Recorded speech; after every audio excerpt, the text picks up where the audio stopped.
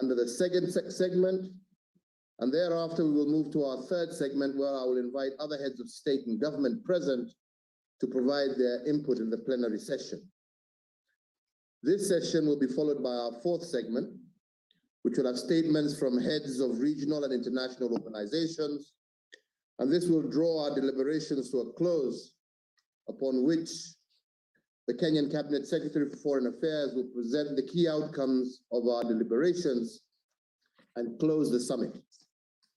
So, Excellencies, let me proceed now and make my opening statement. Your Excellencies, Heads of State and Government, Your Excellency Musa Faki Mahamat, Chairperson of the African Union Commission, Your Excellency Dr. Carla Natalie Barnett, Secretary General of CARICOM, Your Excellency Jorge Rebelo Pinto, Secretary General of the Organization of African, Caribbean, and Pacific States, ladies and gentlemen, it was with great pleasure that I welcome you to this first Africa-Caricom Summit, and I'm very pleased that we have opted to hold the summit virtually rather than postponing it for yet another year due to the COVID-19 pandemic. Kenya is indeed grateful and feels honored to host this inaugural summit of what I believe is the first of many such summits to follow in the future in our efforts to strengthen the cords of unity of the African peoples across the world. Your Excellencies, ladies and gentlemen, between the 16th and the 19th century, 10 to 12 million enslaved Africans were transported across the Atlantic Ocean to the Americas and the Caribbean. United by our heritage as one people of African descent, we meet today to start working together to confront the common challenges that face us, to strengthen the historical and cultural ties that bind us, and to build social, economic, and political linkages that will promote shared prosperity and social progress for us all. As we begin this journey, I would like to invoke the words of Martin Luther King Jr., and I quote, "We must learn to live together as brothers or perish together as fools," end of quote. African and Caribbean cultural and political ties run deep based on our shared history, culture, as well as a sense of our common identity. Our common historical experience of slavery and colonialization inspired Africa's founding fathers to form the Pan-African movement in the 1900s. This movement was championed by the Africans in the diaspora, which established the foundations of a rich and vibrant African-Caribbean relationship. So today, let us come together and seize the moment to harness the tremendous potential of this unique relationship into a powerful social, economic, cultural, and political force.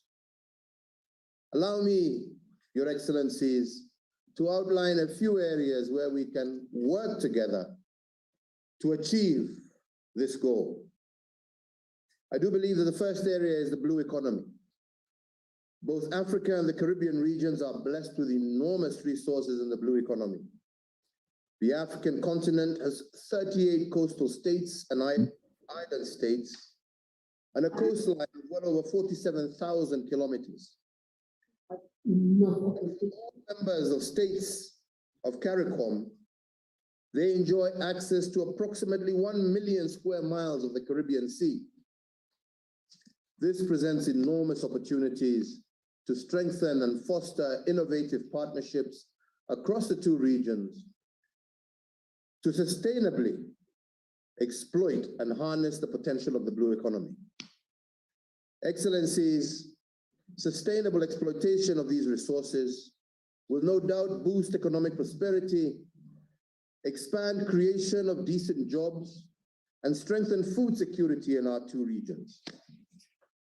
The second area, Excellencies, is climate change. Climate change remains an existential threat to all of us. In Africa, extreme swings in temperatures and rainfall patterns have, for instance, significantly increased habitat sustainability for biting insects and the transmission of vector-borne diseases such as dengue fever, malaria, as well as yellow fever. An estimated 94% of global malaria deaths occur in Africa, an epidemic that often occurs after periods of unusually heavy rain. The warming up of our continent is allowing malaria-carrying mosquitoes to survive, these days at much higher altitudes. Similarly, in the Caribbean region, climate extremes in the last few decades have had devastating impacts on economies and livelihoods and have led to the rise in sea levels and increased ocean acidification. Your Excellencies, it is imperative that together we incorporate climate action into our national policies and long-term development plans and adopt global best practices to mitigate and adapt to the threats posed by climate change. The third area is health and the COVID-19 pandemic. The outbreak of this pandemic has redefined health systems across the developing world and reshaped our health responses to pandemics. In Africa, as well as across the Caribbean region, the pandemic has overstretched our health systems and challenged our traditional approaches to public health. While the number of COVID-19 fatalities are relatively low in our two regions, we are struggling to obtain the much-needed COVID-19 vaccines. In fact, in the early days of the pandemic, we experienced serious challenges with the supply of personal protective equipment, medical oxygen, as well as ventilators. This, my brothers and sisters, is a wake-up call for all of us in the developing world. We must do what it is to build our own manufacturing capacity for vaccines and critical medical supplies. And in addition, we must strengthen research, surveillance, and monitoring capacity in order to mount effective responses to COVID-19 and other possible pandemics in the future. The fourth area is debt sustainability. Debt levels are rising across the world with worrying and unsustainable increases in the poorer countries. Several countries in the Caribbean region have been among the most indebted in the world since gaining independence in the 1960s. Similarly, debt sustainability remains a huge challenge to many African countries, a problem that has been compounded by the COVID-19 pandemic. Your Excellencies, ladies and gentlemen, we need to come together to build on the G20 debt service suspension initiative and the progress achieved in facilitating higher pandemic-related spending by inter-ally proactively seeking strategies to increase revenues, while at the same time prioritizing our spending that enhances the productive capacities of our respective economies. And this clearly is a task that calls for resourcefulness and innovativeness in the face of the pandemic. The fifth and last area, Excellencies, that I would call us all to focus on is technology. Technology provides endless opportunities to leapfrog our economies. With a few exceptions, the fintech industry is quite underdeveloped in both our regions. About 66% of the African adult population is unbanked, while in the Caribbean region, the fintech startup ecosystem is still evolving. We have, Excellencies, an opportunity to develop collaborations that will enable us to create a raft of tech-based products and solutions that will promote financial inclusion by providing improved access to affordable and efficient financial services, especially to the unbanked. So, Your Excellencies, today we're taking the first of our baby steps in what promises to be an incredible journey in forging closer ties with Africans at home, those in the diaspora, as well as all people of African descent. Moving forward, I want to assure all of you of Kenya's commitment to spearheading this journey towards the shared prosperity of all our people. I thank you all, and I want to wish you all the most fruitful deliberations as we move forward. I would like at this stage to give the floor to His Excellency President Felix Tshisekedi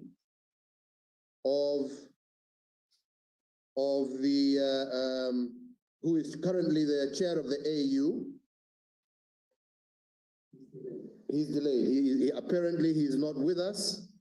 So I'll give the floor directly to His Excellency Gaston Brown, the Prime Minister of Antigua and Barbuda, Chairman of CARICOM, as we await the arrival of our Chairman of the African Union.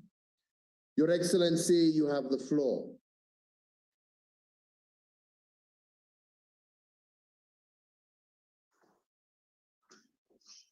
Thank you very much, Mr. President, my dear brother and friend, other distinguished heads, Secretaries General of the African Union and CARICOM, brothers and sisters of Africa and the Caribbean. Forgive me for not dwelling on the formalities. As you're fully aware, I have been allocated 5 minutes, and I believe all of you would like me to make the best of my time. I start from the premise that Europe underdeveloped Africa and left the Caribbean underdeveloped. In essence, they left us with a legacy of poverty, of malnutrition, and illiteracy. Today, through their control of the global financial, economic, and trading systems, the major European nations and their North American allies continue to hold Africa, the Caribbean, and other developing countries in the trap of underdevelopment. Let us be clear, there was never trade between Africa and the Caribbean. They traded our ancestors. Colleagues, previous generations of our people could do little to alter the situation, although through their many rebellions in the Caribbean and battles of resistance in Africa, they struggled valiantly, paying with their lives. Our generation should not allow these systems that control us, that constrain us, and capture us to continue. This is starkly illustrated by the global control by a few rich nations of the production and distribution of vital vaccines to suppress the COVID-19 pandemic. Whereas 70% of the European Union and almost 60% of North Americans are fully vaccinated, only 3% of Africans can say the same. This pattern of inequity is obvious in its ugliness and prevalence. Therefore, we must act together to change it. We must establish structures of cooperation to promote our mutual socioeconomic interests, increasing investment and trade, and people-to-people exchanges between Africa and the Caribbean. We should resist being pushed to the margins of international decision-making and collaborate on decisions to restructure the global financial architecture and global taxation, de-risking, climate change, the blue economy, sustainable debt, reparations, among others. The success with the African Union's medical supplies platform, the AMSP, which provided life-saving vaccines to the Caribbean people, for which we are all eternally grateful, has shown that we have the capacity to cooperate and collaborate. Colleagues, we have it within our power to demand change in the international system and to fight for it and to make it happen, but only if we act harmoniously. Between the nations of the African Union and CARICOM, we have a population of approximately 1.4 billion people with great natural and wealth-creating resources, including oil, gas, agriculture, minerals, forestry, tourism, fisheries, and much more. We are the suppliers of vital commodities to the global community and a strong market for the goods and services of the European market as well as North America. But we need to utilize those resources for our own benefit rather than to preside over extractive economies. Additionally, together we have the voting power of 69 nations in the United Nations and all of some subsidiary organizations, including the World Trade Organization. And I refer to that group as the group of 69, the G69. We have global bargaining power, but only if we use it effectively. If we sit on that power, then clearly we will continue to be marginalized. That is why I now make the following 4 interwoven proposals for this meeting to consider. First, we should create a forum of African and Caribbean territories and states under the acronym FACTS, managed jointly by the Secretariats of the African Union and Caricom. Second, we should nominate this day, September 7th, in every year going forward as Africa-Caricom Day. Third, every year hereafter, we should repeat this Africa-Caricom Summit on this day, September 7th, to analyze the global situation and our place within it, and also to discuss initiatives and programs, and to authorize joint actions. Fourth, we should charge the Secretariats of the African Union and CARICOM to present to us within the next 6 months for approval at our meeting next year, the founding charter and a memorandum of operation of our forum, including proposals to overcome existing obstacles to trade and investment. Consideration should be given to a multilateral air services agreement and an investment protection, as well as a double taxation agreement between African and Caribbean countries. And all visa requirements that pertain today should be abolished. Africans and Caribbeans should be allowed to move freely. Should we agree to establish these pillars of collaboration, I urge both secretariats not to over-bureaucratize these initiatives, but obviously to keep our arrangements lean and efficacious. Colleagues, let us now create the pathways of accord between Africa and the Caribbean, an accord worthy of our historic contemporary struggles to overcome the legacy of racism, colonialism, exploitation, and discrimination. We are the branches of a single tree created from the same roots. And as Caribbeans, we look forward to that welcomed return as repatriated Africans.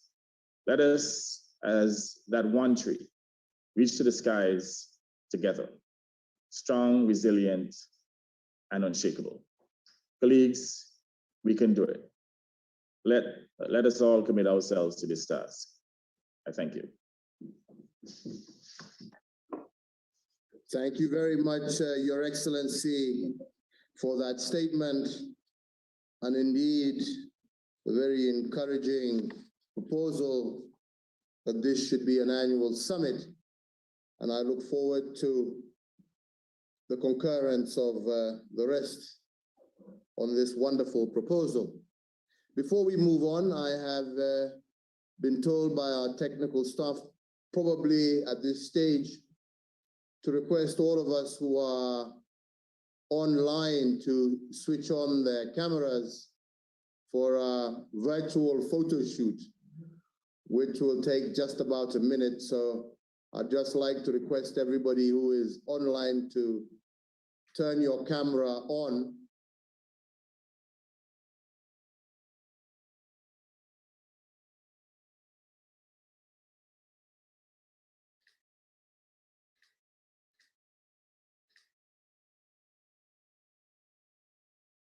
Excellent. Thank you all very much.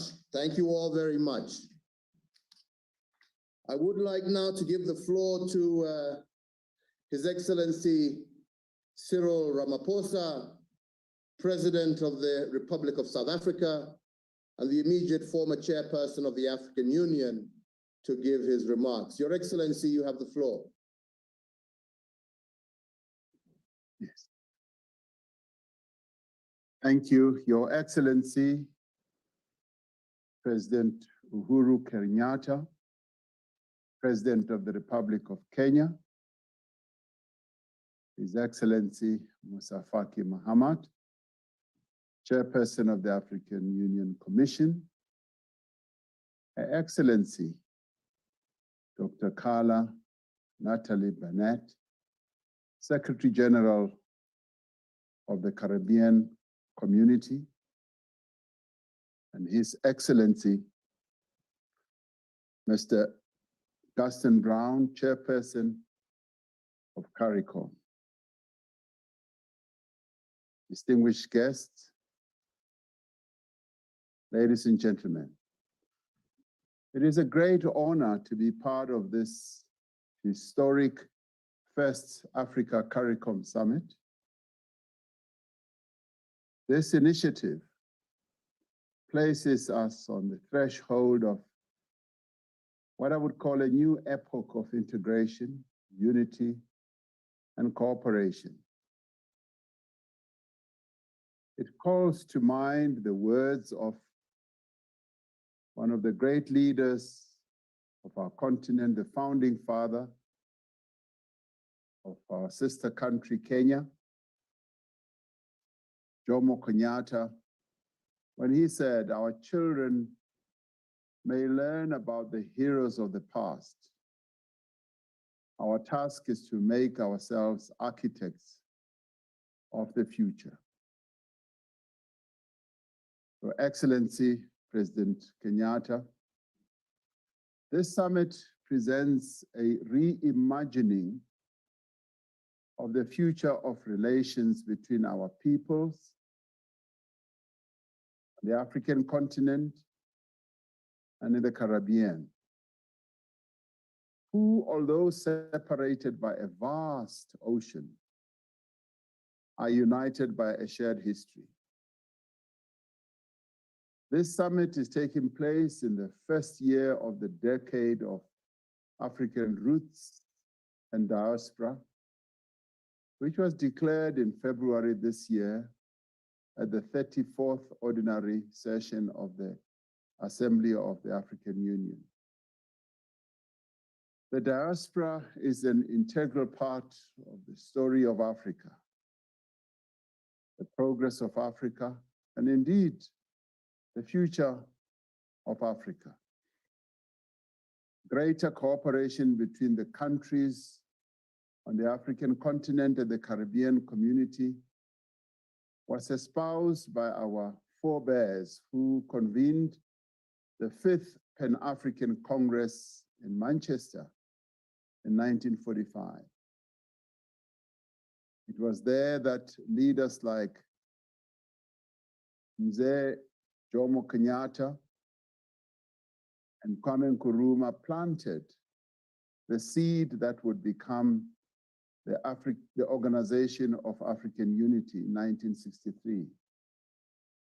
In this sense, we are fulfilling, as we are gathered here, an important aspiration of the pioneers of Pan-Africanism, and within a contemporary context of the African Union's Agenda 2063. Our common heritage should encourage us to deepen our engagement, strengthen trade and investment, collaborate in research and development, and share expertise and knowledge amongst our countries. Just as we share a common history, we also have common challenges. We are all contending with the devastating human, social, political, and economic effects of COVID-19 pandemic. We are all working to overcome the effects of colonialism and underdevelopment by building inclusive economies and creating more opportunities for our people. We are all vulnerable to the effects of climate change through rising sea levels, adverse weather effects, and social and economic disruption.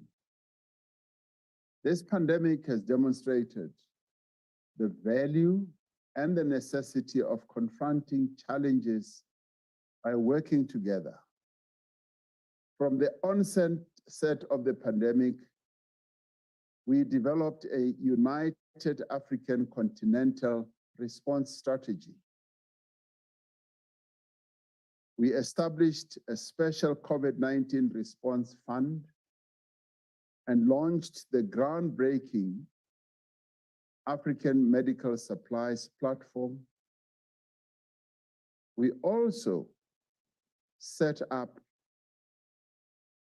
the African Vaccine Access Task Team, which has distinguished itself by mobilizing vaccines for the African continent and the Caribbean. We share a determination that when it comes to vaccines and other critical health interventions, no region, no country, and no person should be left behind. It is therefore a matter of great significance that Caribbean countries joined other African countries in utilizing the platforms the African Union has set up to acquire medical supplies as well as vaccines. Just as we have worked together to access medical supplies and vaccine doses for our peoples, we need to share experiences. We also need to share expertise and technology to better respond to COVID-19, as well as future pandemics. We must mobilize the global community behind the call for a temporary waiver of the TRIPS agreement at the World Trade Organization, and must continue to lobby for partnerships on licensing and technology transfer with those countries that have the capacity to produce their own vaccines. Gone must be the time now when Africa and the Caribbean will need to be sourcing medical supplies and vaccines from other lands and continents that do not have the same perspective or full solidarity that we have. The pandemic has shown what is possible when principled solidarity is put to the service of the common good. Let us draw on this solidarity as we rebuild our economies. We should, in particular, explore the opportunities that are presented by the African Continental Free Trade Area to advance our aspirations towards economic integration and shared prosperity. Through this partnership, we should work to transform the fortunes of all the people of Africa and all the people of African descent in the Caribbean. Through our actions,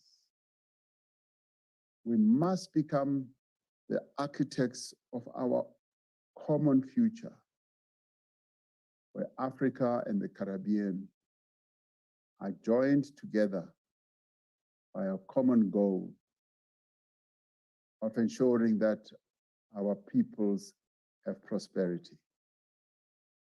I thank you, and I want to support the proposal that this summit must become an annual feature.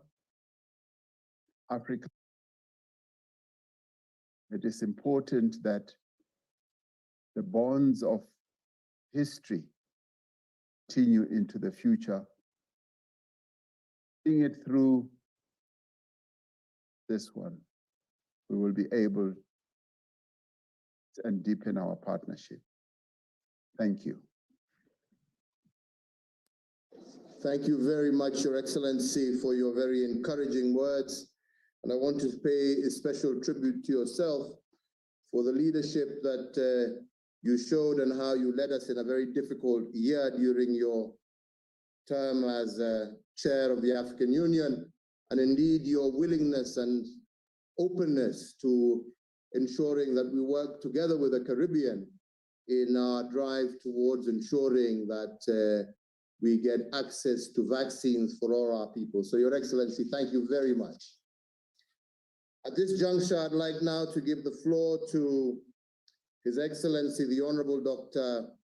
Keith Rowley, Prime Minister of Trinidad and Tobago, and the immediate former chairperson of CARICOM, and I yield the floor to you, my brother.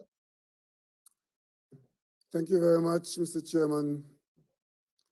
Your Excellencies, colleagues, friends, a very good day and welcome to this historic occasion. Today's high-level engagement between CARICOM and Africa is indeed a historic one. It's fitting that this summit is being held during the United Nations International Decade for People of African Descent, 1st of January 2015 to the 31st of December 2024. I wish to thank His Excellency Uhuru Kenyatta for the sterling efforts that have brought us to this juncture. We must also acknowledge, apart from our centuries-old ties, the many African and Caribbean architects and champions of closer political, social, economic, and cultural linkages between and among our sovereign states. Africa has been CARICOM's invaluable partner in several platforms, such as the United Nations, within the Group of 77, and in our dealings with Europe under the umbrella of what is now the Organization of African, Caribbean, and Pacific States. United, we have known success. Closer collaboration will undoubtedly be to our mutual benefit, whether it be in pursuing development finance, resource utilization, and debt sustainability, maximizing the green and blue economies, the United Nations Security Council reform with Africa and small island developing states adequately positioned, or in the existential fight against climate change, the effects of which are wreaking havoc the world over and exacerbating our peculiar vulnerabilities. We look forward, therefore, to a meaningful outcome in Glasgow at COP26, working alongside our global partners. As chairman of CARICOM during the first half of this year, I can attest to the value of closer collaboration between our regions. As COVID-19 ravaged the social and economic fabric of our nations, CARICOM prioritized the early sourcing of COVID-19 vaccines to inoculate as many people as possible before additional threats, such as new variants, presented themselves. The prevailing vaccine inequity, commonly called vaccine apartheid, stymied that plan. I therefore wish to register my sincere gratitude to His Excellency Cyril Ramaphosa, President of South Africa, and His Excellency Uhuru Kenyatta, co-chair of this summit. Also, President Nana Addo Akufo-Addo of Ghana, for the meaningful discussions and interventions during my tenure and the pragmatic solutions arrived at in the face of this global health crisis. Thankfully, last month, CARICOM began to receive a substantial allocation of vaccines under the African Medical Supplies Platform. Thank you, Africa. I am pleased to confirm that my country's first tranche was received on 19th August 2021. Trinidad and Tobago's linkages to Africa run deep, as marked by our bilateral relationships, observer status at the African Union, high commissions in Nigeria, and South Africa, and honorary consuls in Ghana and Kenya. Soon, we too will avail ourselves of the magnanimous gesture of the government of Kenya to provide office space for CARICOM's diplomatic presence in Africa, a tangible manifestation of the commitment to engage Africa's sixth region as reflected in your Blueprint for Development Vision 2063. It's been long in coming to this point today, but it's a continuation of that journey outlined by our own George Padmore, CLR James, Dr. Eric Eustace Williams, and many others who anticipated that this milestone could be reached to strengthen us in an increasingly hostile world. Notably, our country's Vision 2030, finalized during my administration's first term in office, highlights deepening the relationship with Africa, among other partners. We have strong people-to-people ties and have welcomed distinguished African leaders to our shores, with the most recent in 2019 being His Excellency Nana Addo Dankwa Akufo-Addo of Ghana. I had the privilege of undertaking an official visit to Ghana in 2016 and building on the African Energy Initiative spearheaded by former Prime Minister Patrick Manning, sharing over 160 years of experience in the energy sector. We welcome the inclusion on today's agenda of trade and investment and highlight the symbiotic relationship that exists with improving transport connectivity. While digital functionality is an imperative, with online platforms such as this being ubiquitous, in-person exchanges will boost our trade, investment, and tourism activities. We believe that there is scope also for immediate closer cooperation in the areas of finance and agriculture. In the financial services sector, some advances have already been made. Our Trinidad and Tobago's Republic Bank Limited acquired in April 2018 the majority shareholding of HFC Bank of Ghana Limited as part of its aim to be a key player in corporate banking internationally. We therefore look forward to continued investment in both directions. We in CARICOM are actively engaged in discussions to establish an investment fund to unlock and sustain our development programs. We trust that Africa will invest with us as we are indelibly imprinted with Africa in us. There's also scope for collaboration in the creative sector, which has been particularly hard hit by the pandemic. Africa and the Caribbean have gifted the world with exceptional talent, be it in music, publishing, film, or fashion. Let us strengthen the links between our region's creative industries, a sector described by the United Nations Educational, Scientific, and Cultural Organization, UNESCO, as having the capacity to be, and I quote, drivers of cultural, economic, and social outputs for sustainable development, unquote. We must also seek out ways to mend the socio-cultural dissonance derived from the legacy of slavery. Educational programs, the development and promotion of genealogy, of heritage tracing, may prove instrumental in finding and filling the knowledge and familial gaps. In closing, I look forward to deepening our strategic partnership in the best interests of our citizenry. I wish to close by quoting the great Kwame Nkrumah, who said, and I quote, "I am not Africa because I was born in Africa, but because Africa was born in me," unquote.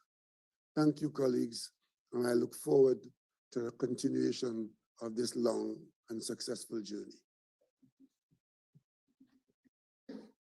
Thank you, Your Excellency, for those very encouraging remarks. The key message there being the need for all of us to forge much closer ties between our two peoples. Your Excellencies, I've just had word that both our chair, President Felix Tshisekedi of the Democratic Republic of Congo, who is also the chairperson of the African Union, and His Excellency Nana Addo, President of the Republic of Ghana and chairperson of ECOWAS, are currently chairing an emergency meeting of ECOWAS to discuss the unfortunate situation that has taken place in Guinea-Conakry. And I have been told that they will attempt to join us if they are able to conclude on time. So on their behalf, both had confirmed attendance, but I think we can accept their apology given the crisis that I have just referred to. So I will now give the floor to my sister, Her Excellency Mia Moore Motley, Prime Minister of Barbados, and the incoming chairperson of UNCTAD, to make her remarks. My sister, you have the floor. Thank you, my brother Uhuru, and I sincerely hope that our brothers will join us shortly, but we all know the exigencies of the offices of state, and we hope that they can join us, as I said, and that they will be successful in their deliberations elsewhere. I think, my brother, when we met in Barbados in August of 2019 and first conceptualized this Africa Union CARICOM summit, it was because we know that this is our future and this is where we have to carry our people.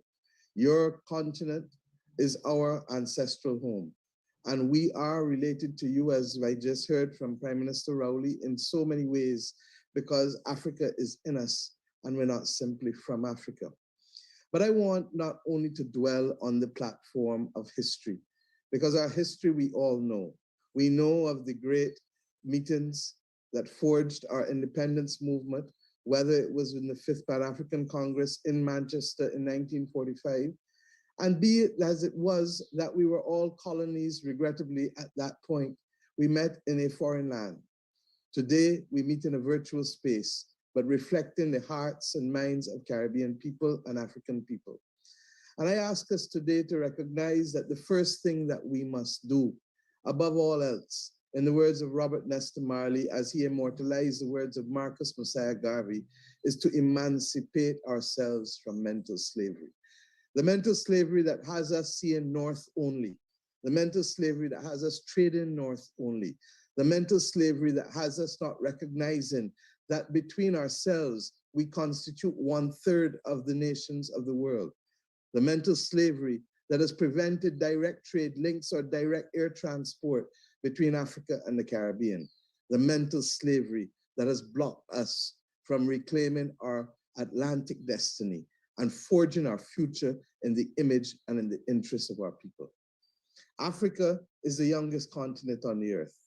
You have 60% of your people under the age of 25. Our Caribbean region continues to be lacking in the numbers of persons to drive development as our people need it and need to have it. And why do I say so? Guyana is the size of the United Kingdom, but has the population of 800,000 as opposed to the United Kingdom's 65 million.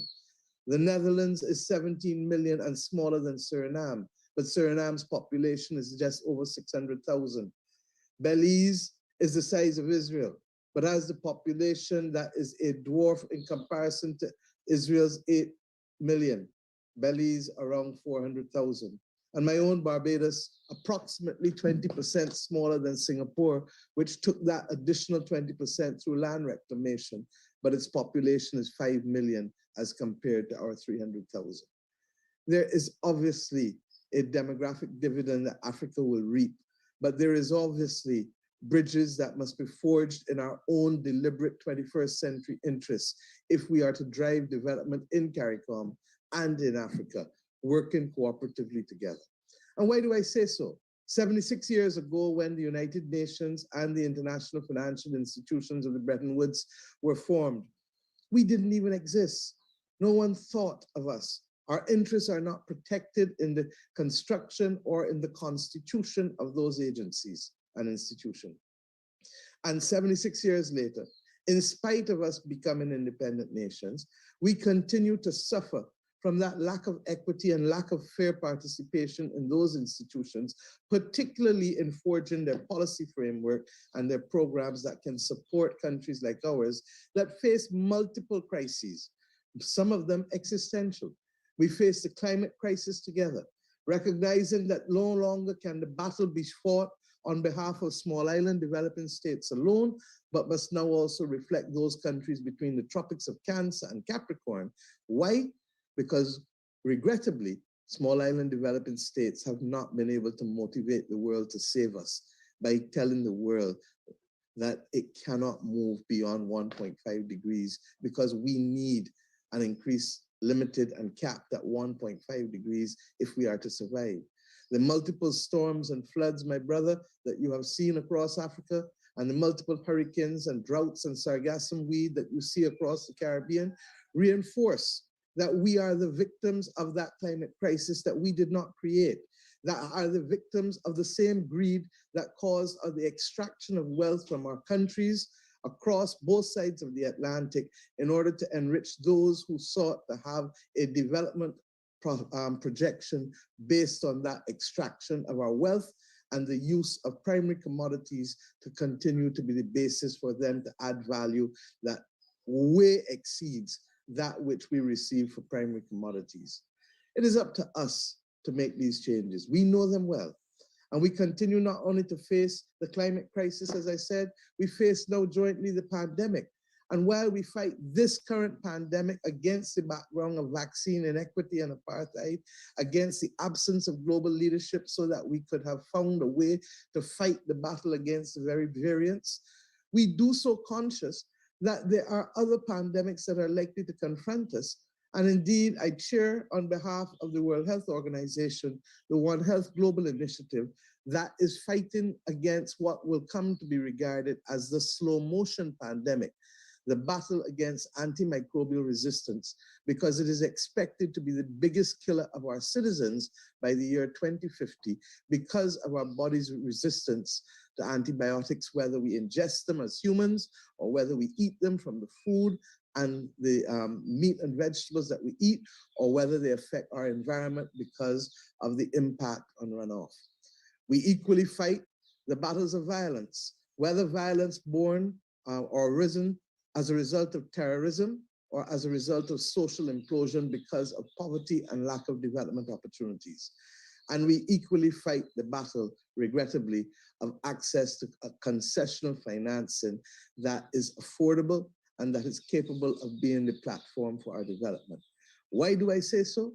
Because at the end of the day, when a country like Ghana and a country like Greece go to the international capital markets, how do we explain them having the same international credit ratings, but Ghana having to borrow at multiple times more than the cost that Greece borrows at, simply because Greece belongs to the European Union and the international financial community values the definition of safe assets, which are within the European Union in a way that Africa and the Caribbean do not have access to these safe assets. I hope that we will continue to work together to reverse these fortunes. And I'm comforted by the meetings that I had with the African ministers of finance earlier this year and the work of the predecessor in the chair of the Development Committee at the World Bank and the IMF, the Minister of Finance from Ghana, who, like us, recognize that we have to spend the time to do the heavy lifting and to create the definitions that will allow for a level playing field with respect to the cost of borrowing in our region. But these are not the only things that bring us together. The truth is that there are so many other things that have economic value that we have not even started to touch the surface with. We need to be able to visit our countries. Caribbean people want to see Africa, and African people need to see the Caribbean. We need to be able to work together, not just in the interest of a colonial civil service or because people brought us here against our will. We need to do it as a matter of choice and as a matter of economic destiny. We need equally to recognize that our common habits in food, our common likes in food, from yam and cassava to jollof rice to pilau, to the influence of immigrants from other parts of the world, have made our regions rich And at the very time when much of the developed world spends time in the luxury and leisure of food, our people continue to starve to have access to food as they face hunger on too many fronts. Let us use that very same food to create the economic wealth and prosperity in circumstances where it is not simply exported as raw valueless commodities, but those that have added value to be able to make the benefits accrue to our people. Let us recognize that cricket is a global game, and whether it is in Rwanda or Kenya, that we need to be able to have more people playing cricket. And we in the Caribbean can continue to bring our prowess there to be able to have the benefit of more cricket playing nations out of Africa and the African diaspora. Let us equally recognize that the opportunities of technology have shown that it is possible to leapfrog aspects of our development.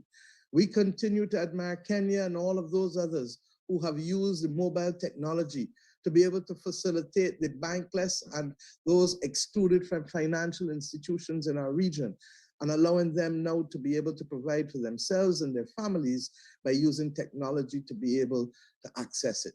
But let us equally learn from each other.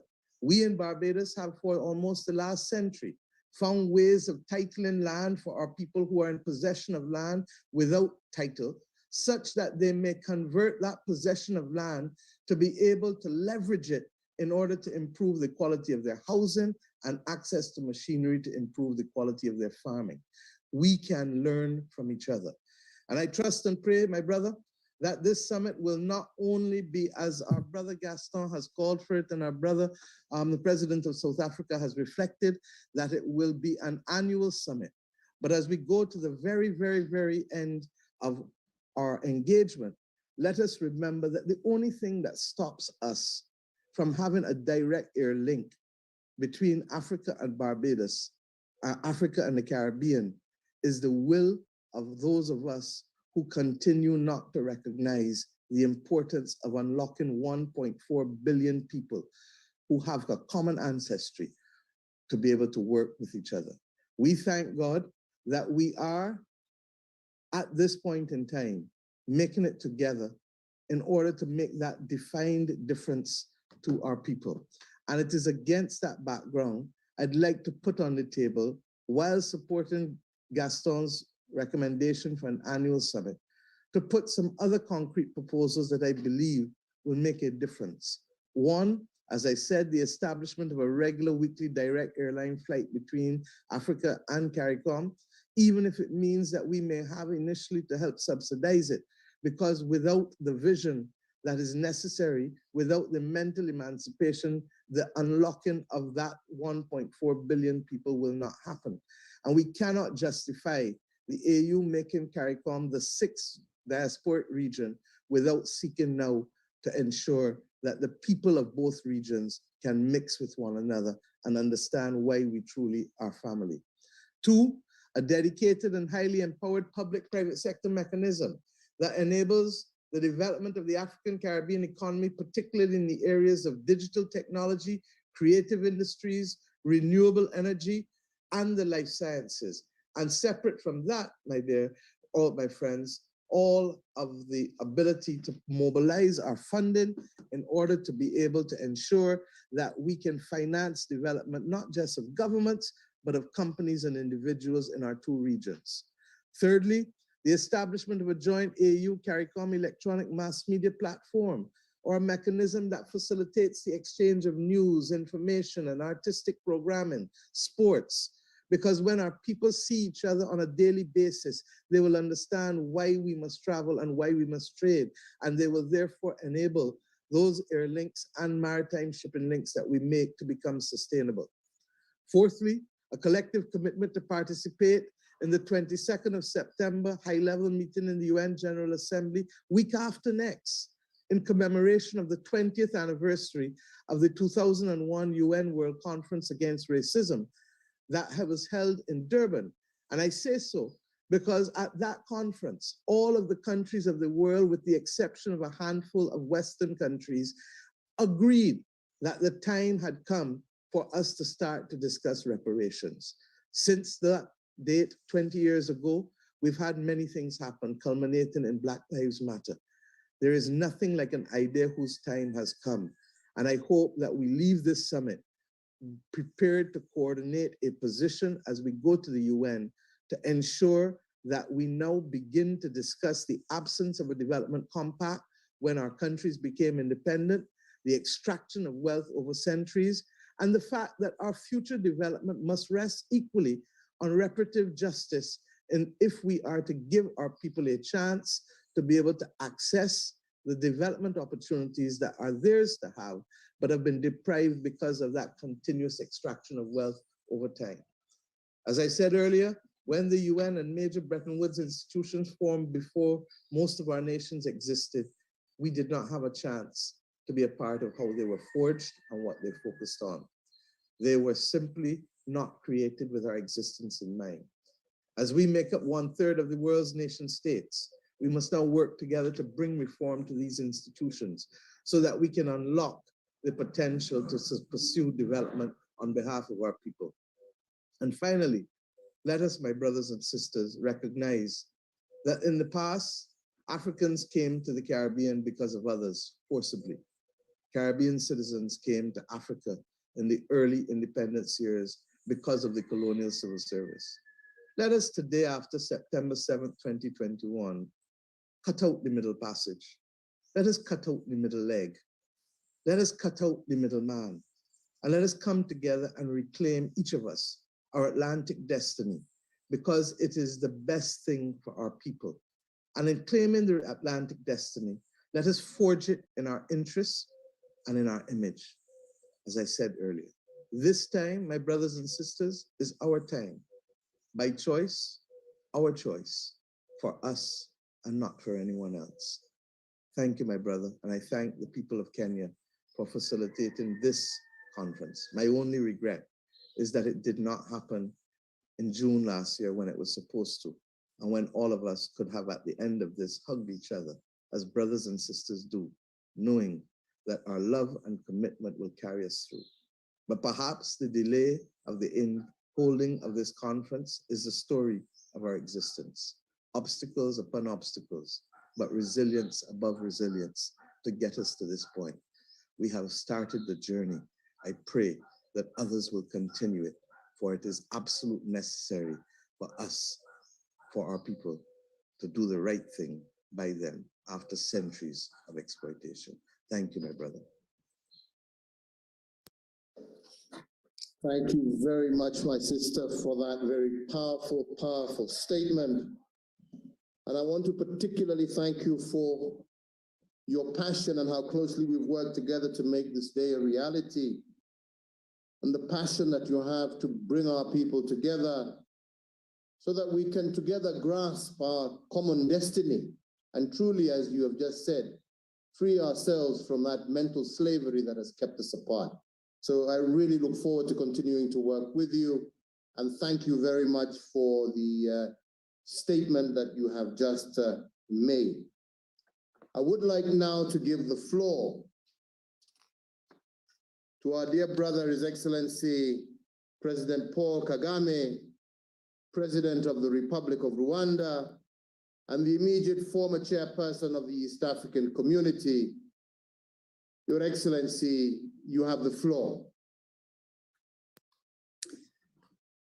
Thank you very much, Excellency President Uhuru Kenyatta, Chairperson of the Summit, Right Honorable Prime Minister Gaston Brownie, Chairperson of the Caribbean Community, CARICOM, Excellencies, Heads of State and Government, Excellency Musa Faki Mahamat, Chairperson of the African Union Commission, Excellency Dr. Carla Natalie Barnett, Secretary General of CARICOM, leaders of international organizations, distinguished brothers and sisters.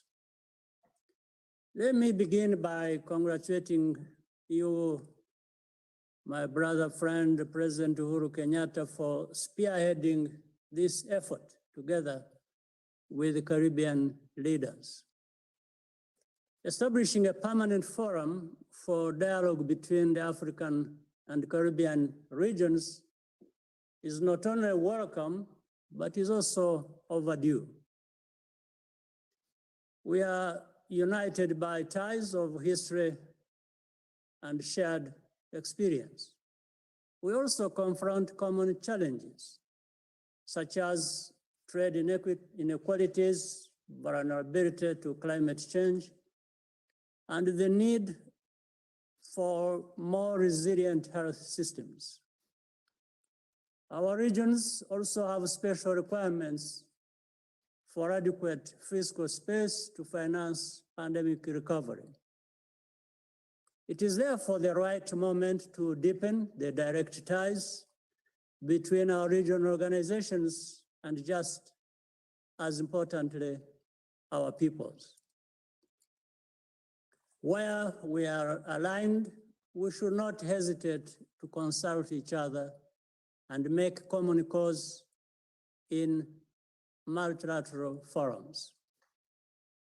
On the horizon, we have COP26 in Scotland in November, and for many of us, the Commonwealth Heads of State and Government meeting in Rwanda in 2022.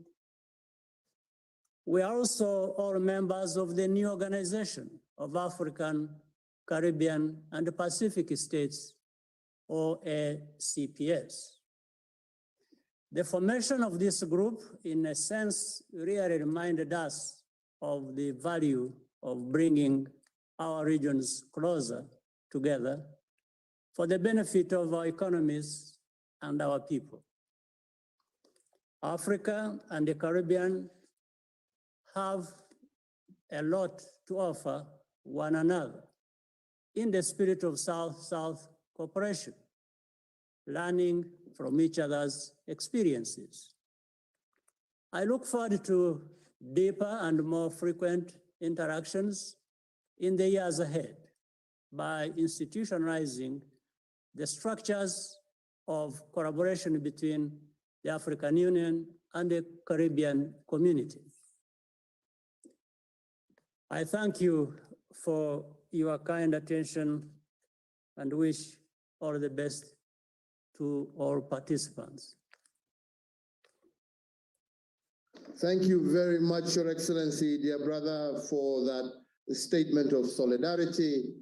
And I'm sure, and I look forward, hopefully, as we move, if we get that opportunity to have our in-person meeting of the Commonwealth soon, that hopefully we would be able, as Prime Minister Mia Mottley said, be able to meet together in your beautiful country of Rwanda and be able to actually exchange even further as we move ahead.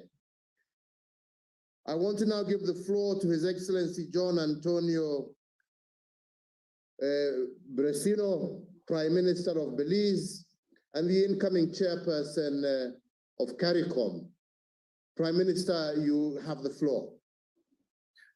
Good morning and good evening for those in the African continent. I am honored to be participating in this first African CARICOM Summit. I wish to thank His Excellency Uhuru Kenyatta, President of the Republic of Kenya, for his leadership and vision in convening the first Africa-Caricom Summit. Our historic meeting comes at a unique and necessary time in history. Belize welcomes the participation with appreciation this engagement that seeks to advance the Africa-Caricom bi-regional agenda, and it is a demonstration of the firm commitment to increase cooperation and continental integration between Africa and Caribbean under the theme Unity Across Continents and Oceans, Opportunities for Deepening Integration. Caribbean and African ties are deeply rooted and based on a shared history, culture, and sense of a common identity with a common colonial experience that left behind large centers of African diaspora, not only in the Caribbean, but also in the Americas. We have collaborated on and lived the decolonization and equality agendas, a period considered as a very dynamic phase in Africa-Caribbean relations. Now we are obligated to build on the vision and foundation laid by our forebearers, the Marcus Garveys, the Bob Marleys, the Isaiah Mortars of Belize, those who understood the inseparability of the Caribbean and Africa. This summit, Excellencies, is a renewed opportunity to solidify the strong cultural and historical bonds that unite us, not only at governmental level, but also at the people-to-people level. It is imperative that we continue to build on the Africa-Caricom partnership to forge closer, tangible linkages to meet the challenges of today.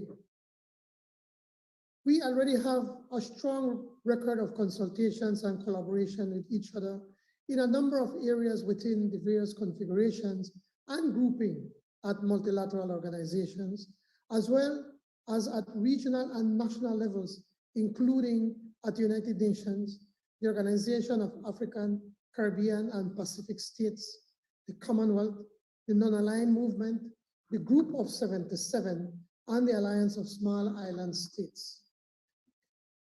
While we have worked extensively throughout the post-colonial period to present, there is much more that needs to be done to further strengthen the political dialogue and promote avenues for functional and technical cooperation, increase cultural and educational cooperation, and enhance trade and economic integration between CARICOM member states and Africa.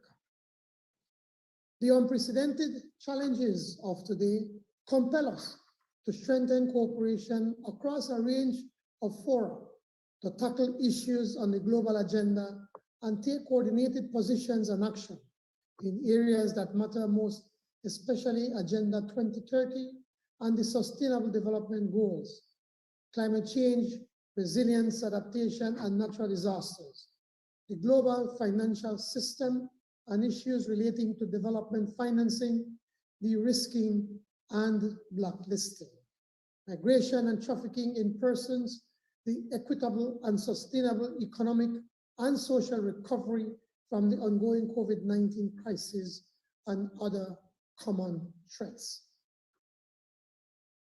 We must not forget the value and dividend to be derived from promoting people-to-people contact, utilizing academic and media channels to foster greater understanding of our shared heritage and exchanges between policymakers in building enduring partnerships.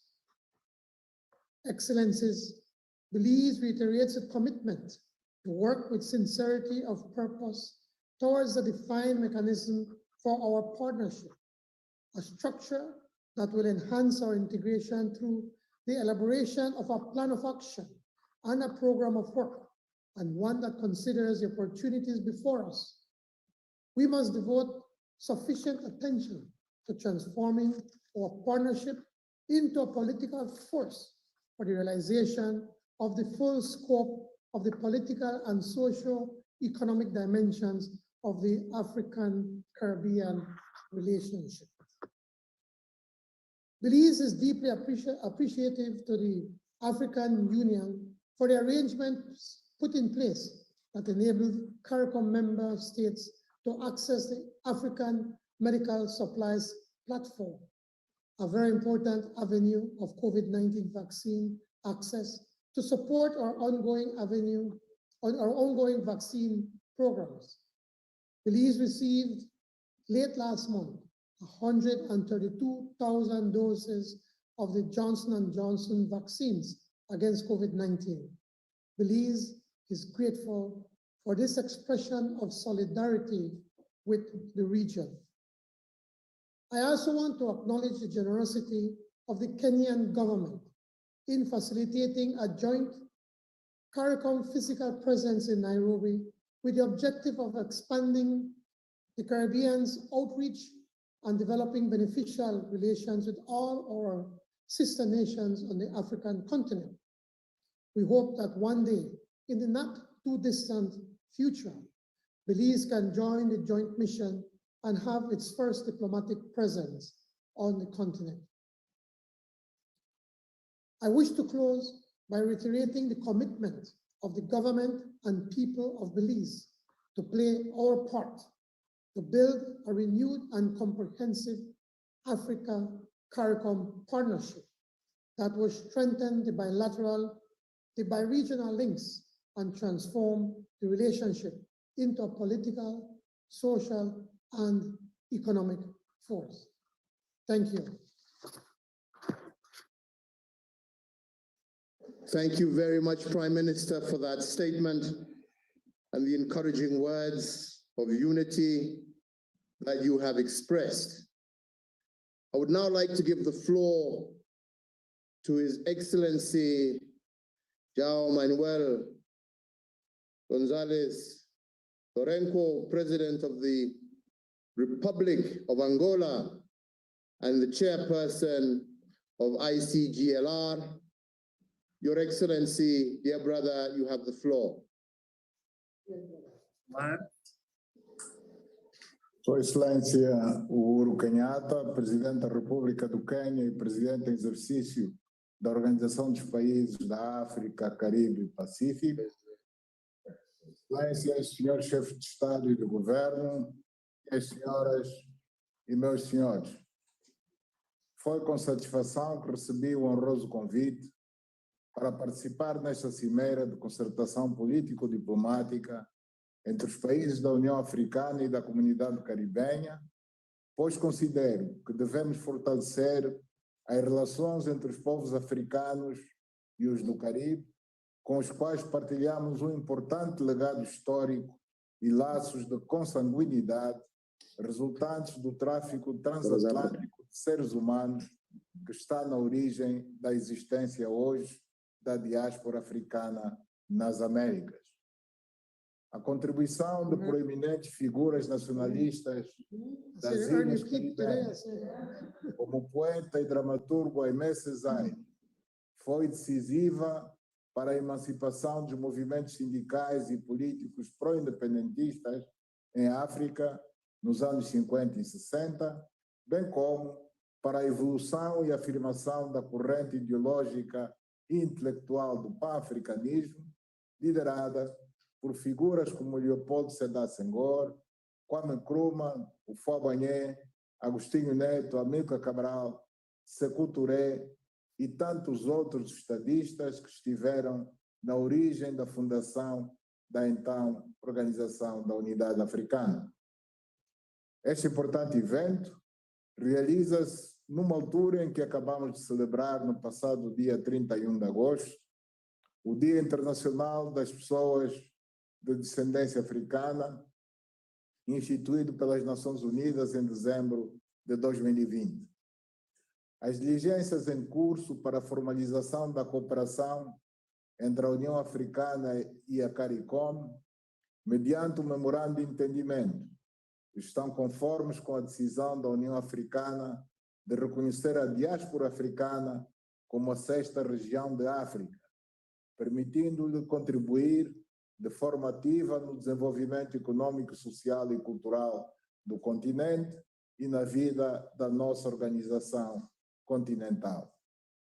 Excelência, Senhor Presidente, congratulamos-nos com a recente decisão adotada ao nível do Conselho de Segurança das Nações Unidas pela União Africana e a CARICOM de coordenarem esforços para uma melhor defesa dos nossos interesses geopolíticos através da configuração do A3+1, atualmente coordenado pela República do Quênia. Ficamos gratos pelo apoio prestado pelo A3+1, a quando da minha deslocação ao Conselho de Segurança das Nações Unidas, a 23 de junho do presente ano, para transmitir a mensagem dos líderes da Conferência Internacional para a região dos Grandes Lagos sobre a necessidade do levantamento do embargo de armas imposto pelo Conselho de Segurança à República Centro-Africana. Excelência, Senhor Presidente, Angola defende a cooperação entre as duas organizações transatlânticas nos domínios do desenvolvimento econômico inclusivo e sustentável, do desenvolvimento humano e social, do meio ambiente, da gestão de recursos naturais e das mudanças climáticas, dos direitos humanos, democracia e boa governação e do combate ao terrorismo e ao crime organizado. As trocas comerciais entre os países da África e da comunidade caribenha são bastante reduzidas, embora exista um imenso potencial na cooperação entre ambas as organizações no domínio da energia, do turismo, da prevenção e proteção do ambiente. Angola está a desenvolver um programa de construção de infraestruturas para responder aos problemas recorrentes da seca e das cheias no sul do país, um problema global que assola não apenas a África, como também as ilhas caribenhas, com os repetidos ciclones, furacões, terremotos e cheias. Uma troca de experiência neste domínio seria mutuamente vantajosa e benéfica para ambas as organizações. Excelência, Senhor Presidente, o reforço da cooperação no domínio do comércio poderá passar por uma interação entre o Secretariado da Zona de Livre Comércio da União Africana, criada com o objetivo de promover as trocas comerciais entre os países africanos e que pode também ser extensiva à Organização dos Países da África, Caraíbas e Pacífico, na base de um possível acordo de livre comércio com os países da comunidade caribenha. Angola acolherá, de 4 a 8 de outubro de 2021, a segunda Bienal de Luanda sobre o Fórum Pan-Africano para a Paz e Cultura, organizada em parceria com a Unesco, constituindo uma excelente plataforma para o estreitamento das relações históricas, culturais e de irmandade entre a União Africana e a comunidade caribenha. Muito obrigado pela vossa atenção.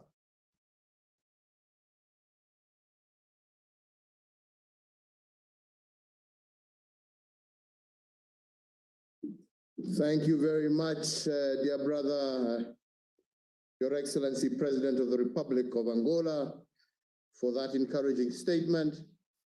And I now will give the floor to His Excellency, Dr. Lazarus McCarthy Chakwera, President of the Republic of Malawi and Chairperson of SADC. Your Excellency, you have the floor.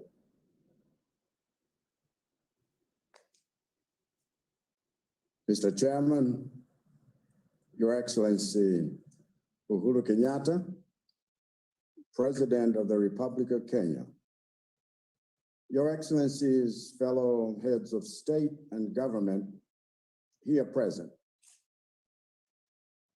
ladies and gentlemen, and all protocols observed.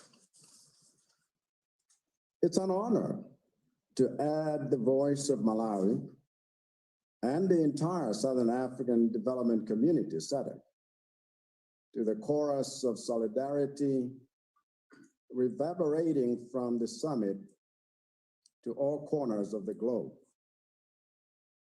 Admittedly, our convergence in this fashion is long overdue. Still, as SADC, we hope that this historic moment will be the long-awaited catalyst for building bridges to prosperity for our peoples.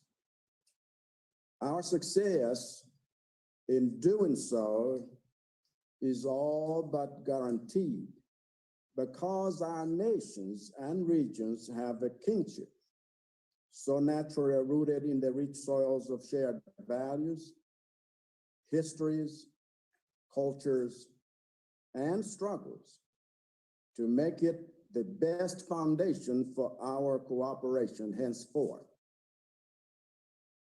Deepening our integration is no longer a luxury, but a necessity whose time has come. Our world is facing numerous challenges, the ravages of poverty, climate change, and COVID-19 being chief among them, exacerbated by inequalities of access to their solutions. Such global crises demand the consolidated perspective of our regions.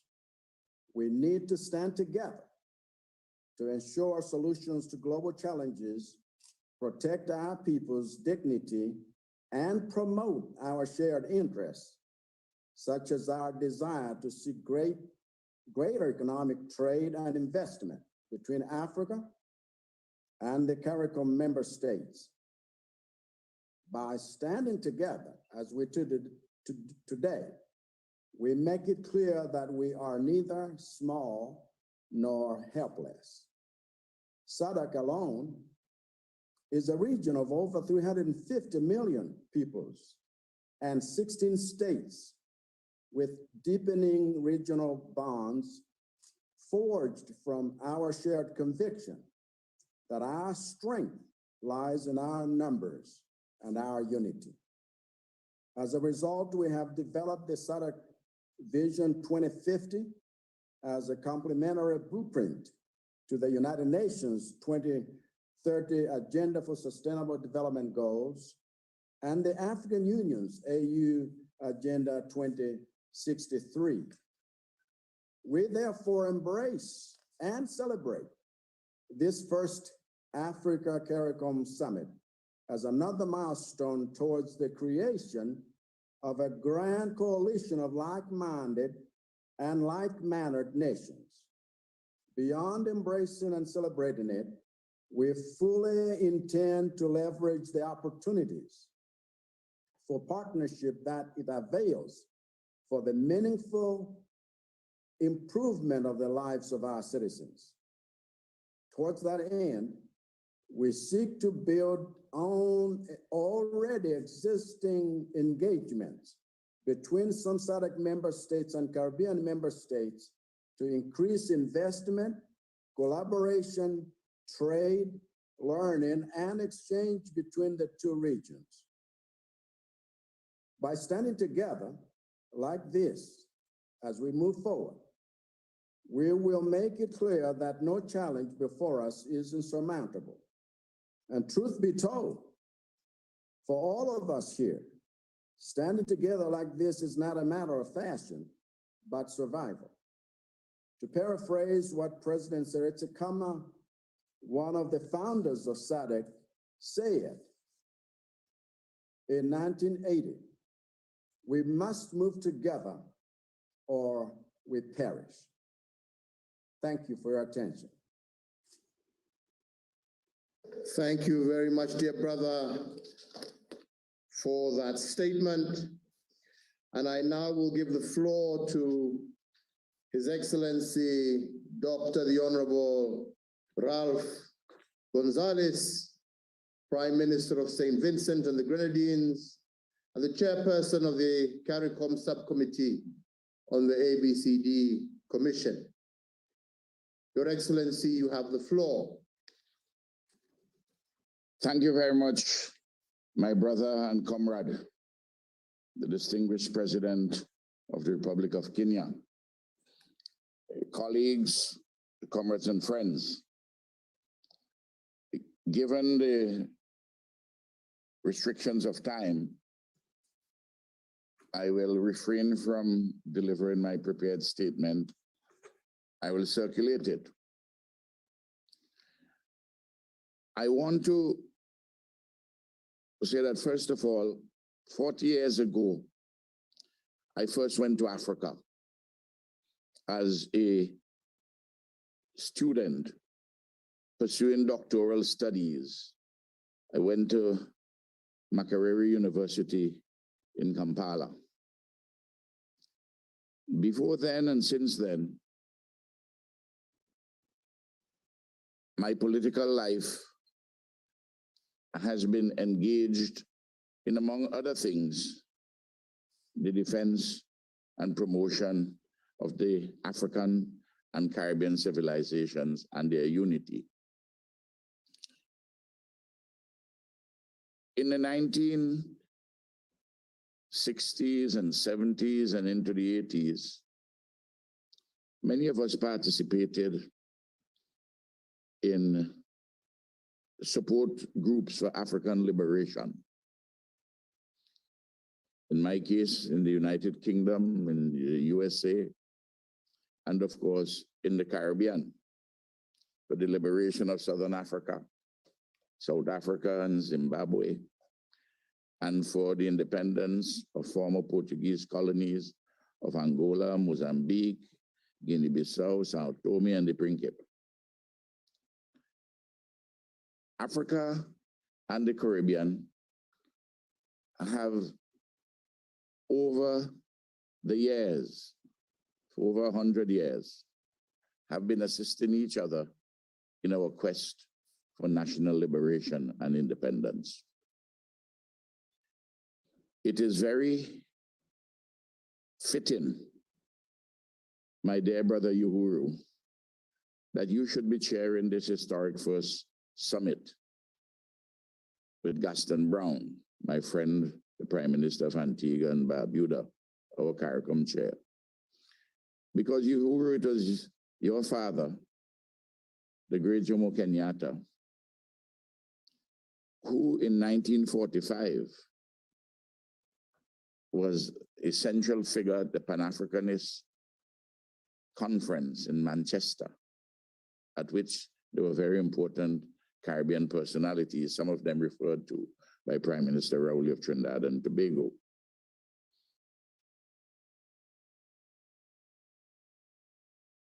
We recall from the Caribbean the contribution of the heroic and selfless nation of Cuba. This nation shed its blood in the liberation of Southern Africa.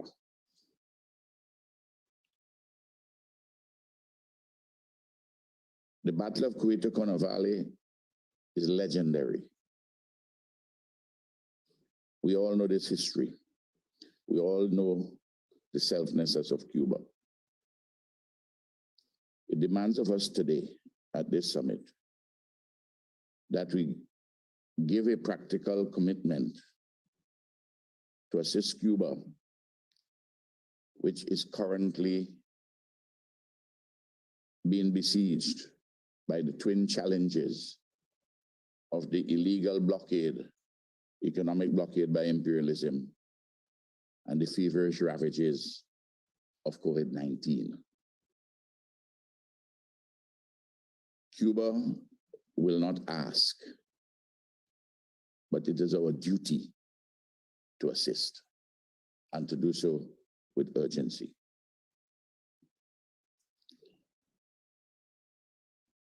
A constellation of predisposing and inducing factors have brought us to this historic moment. The factors of history and geography, of ethnicity and culture and global connectedness. The time has come for us to build institutionally a mechanism for the practical realization of the agenda which has been outlined in the concept note to the summit and as adumbrated by all the preceding speakers.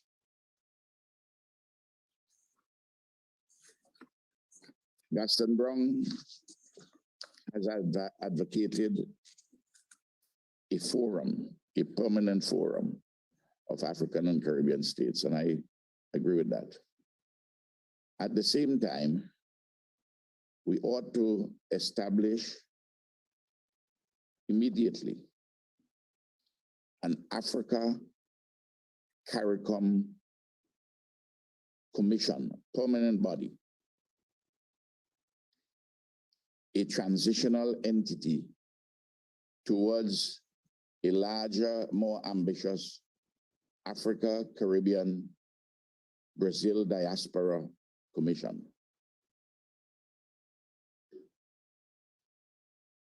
Africa has 1.4 billion people. Brazil, 110 million persons are of African descent, half of the population of that country. There are 24 countries washed by the Caribbean Sea, including the member states of CARICOM. Together, these countries number 79, and the population is close to 2 billion. 8 billion people are estimated to be in this world. There are things of a hugely practical nature that we can do to build upon the work we have been doing in a number of different areas, as outlined by several speakers hitherto. And we need to do these things to deepen our integration and our cooperation for the betterment of our people, to uplift the quality of their lives.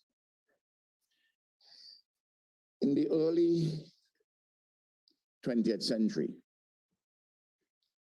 the Right Excellent Marcus Mosiah Garvey, National Hero of Jamaica, founder of the Universal Negro Improvement Association, UNIA, made a clarion programmatic call for the unity of Africans at home and abroad.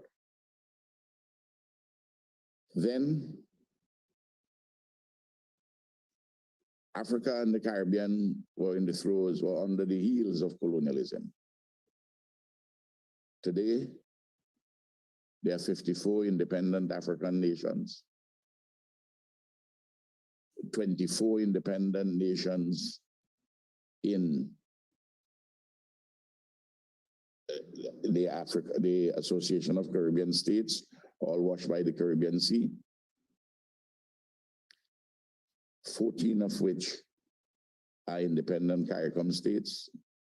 I mentioned Brazil, and of course, some 70 million persons in the diaspora of persons of African descent. This is a mighty force. The future of humanity rests on the fulcrum of the unity of these countries and peoples. As we elaborate our program, we're mindful of all the bilateral and multilateral work that we have been doing together. And St. Vincent and the Grenadines has been pleased to be part of the A3+1, one being St. Vincent and the Grenadines, this important body at the United Nations Security Council. St. Vincent's tenure on the Security Council comes to an end at the end of this year.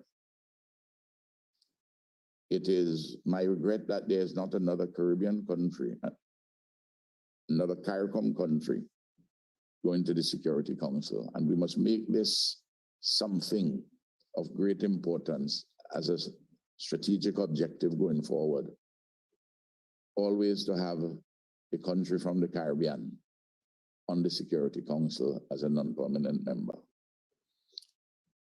And to continue to work in that important body and other United Nations bodies as a cohesive and important force. Our agenda in going forward, in addition to all what has been said before, I think we need to take a practical lead very urgently. We have been doing so, but not with the degree of urgency and with the extent of the commitment that we ought to have.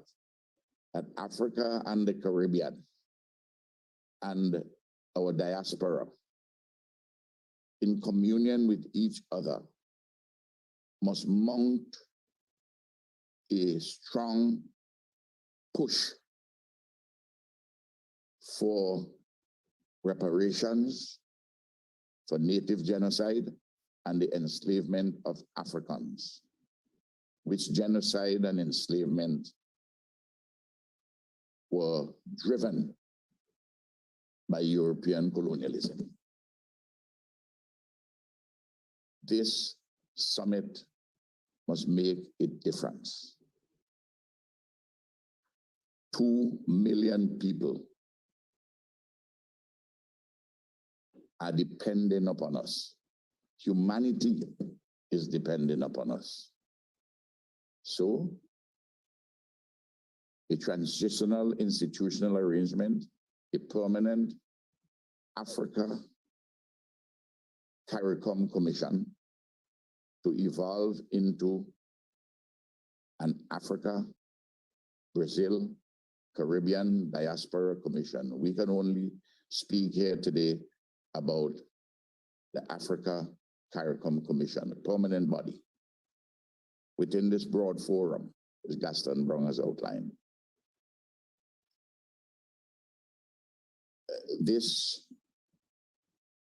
vision is something which I believe that all right-thinking people in Africa, the Caribbean, and indeed Latin America and the diaspora would support. I am overjoyed. I feel very privileged. After all the years, to be here at the first Africa-Caricom Summit. The struggle continues. I'm obliged.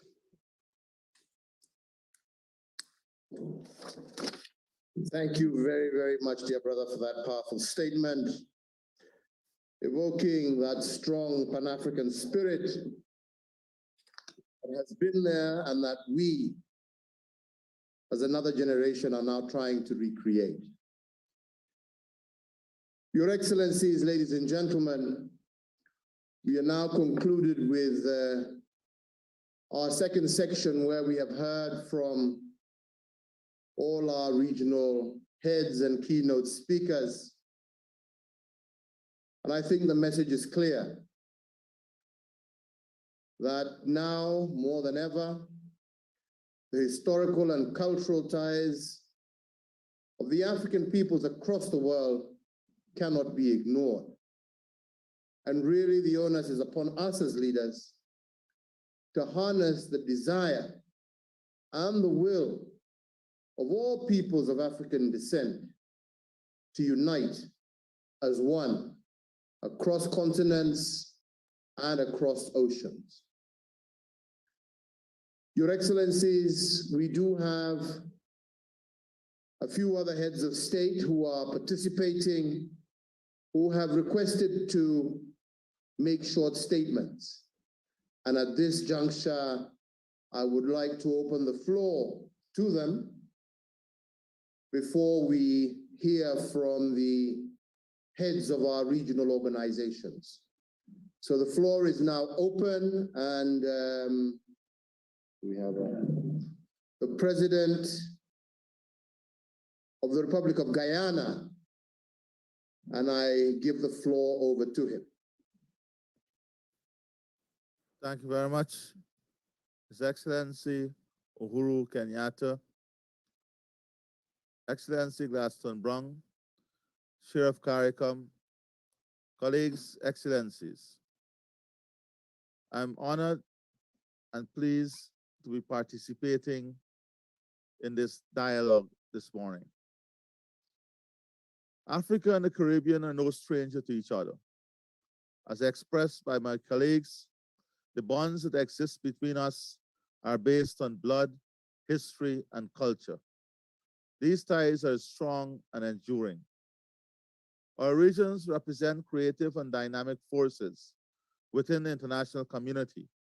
As such, there is no reason why we should not initiate greater socio-economic collaboration. The onus remains on us to forge a path forward based on shared interests and common objectives. Excellencies, this historic meeting occurs on the eve of two critical global events, the UN General Assembly and COP26. It is therefore an opportune time for us to determine some common ideas and messages which we wish to convey to the global community. For us, the global pandemic awakens the harsh reality of the differentiating treatment between the developed and developing world. It also reemphasizes that fundamentally, it is the developing world that suffers the most under these circumstances. I'm therefore of the view that this forced collaboration must address the COVID-19 pandemic and recovery, climate change mitigation and adaptation measures, food security, and costs of commodities and transportation. COVID-19 pandemic and recovery requires from us urgent action.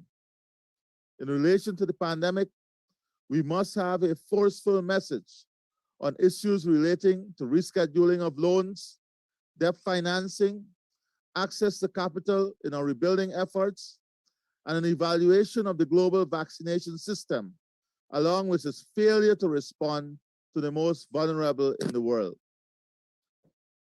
Climate change is a serious threat, which is exacerbated and further weakens us.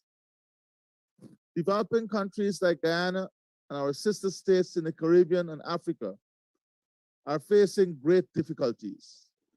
We have not been historically responsible, but we suffer the greatest and are least equipped to respond. Our countries are bearing the brunt of increasing and more intense climate-related events. We must, therefore, collectively advocate for greater financial flows to help us adapt to the impacts of the climate emergency, including through the establishment of a global vulnerability fund. The largest polluters in developed countries, which have already achieved economic diversification by transferring much of their natural assets into commercial activities, carry a greater responsibility in this respect.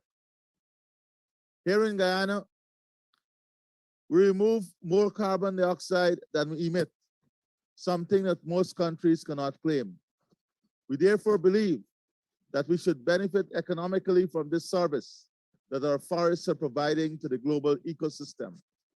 And to this end, we hope that discussions on the rule book under the Paris Agreement will advance at the upcoming COP26. Guyana's development model is based on its low-carbon development strategy. The strategic outcome of the LCDS is to find a pathway to prosperity and development that is non-polluting. The LCDS aims to transform Guyana's economy to better deliver socioeconomic benefits to our people by following a low-carbon path, while mainstreaming climate resilience, providing a model to the world of how low-carbon, low deforestation, climate-resilient development can be possible and beneficial for forested countries. We must also emphasize a compensation system for the blue economy and safeguard the biodiversity. The pandemic has reawakened our vulnerability to food supply, the fragility of our markets, and sensitivity to price changes. It is therefore essential that issues surrounding food security, supply, and availability form an important part of our actionable agenda. Our region suffered immensely from the fallout in the rising costs of commodities and transportation services during the pandemic. We must therefore address these issues through a common theme, as we, the developing economies, would find it even more difficult to cope with and rebuild post-COVID. Having regards for all the above, achieving the SDGs as outlined in Agenda 2030 is severely threatened, and we must all point this out to the global community. Guyana looks forward to a sustained and strengthened relationship between the Caribbean and Africa. We pledge our wholehearted support to ensuring the success of this endeavor. Africa and the Caribbean are no stranger to each other. We are brothers and sisters. Economic integration must be driven by people, technology, policies, and partnership aimed at one objective, the prosperity of all our people. I thank you. Thank you very much, Your Excellency, for that statement. And I now would like to hand over the floor to my dear friend and brother, the Prime Minister of Jamaica, Andrew Holness. Prime Minister, you have the floor.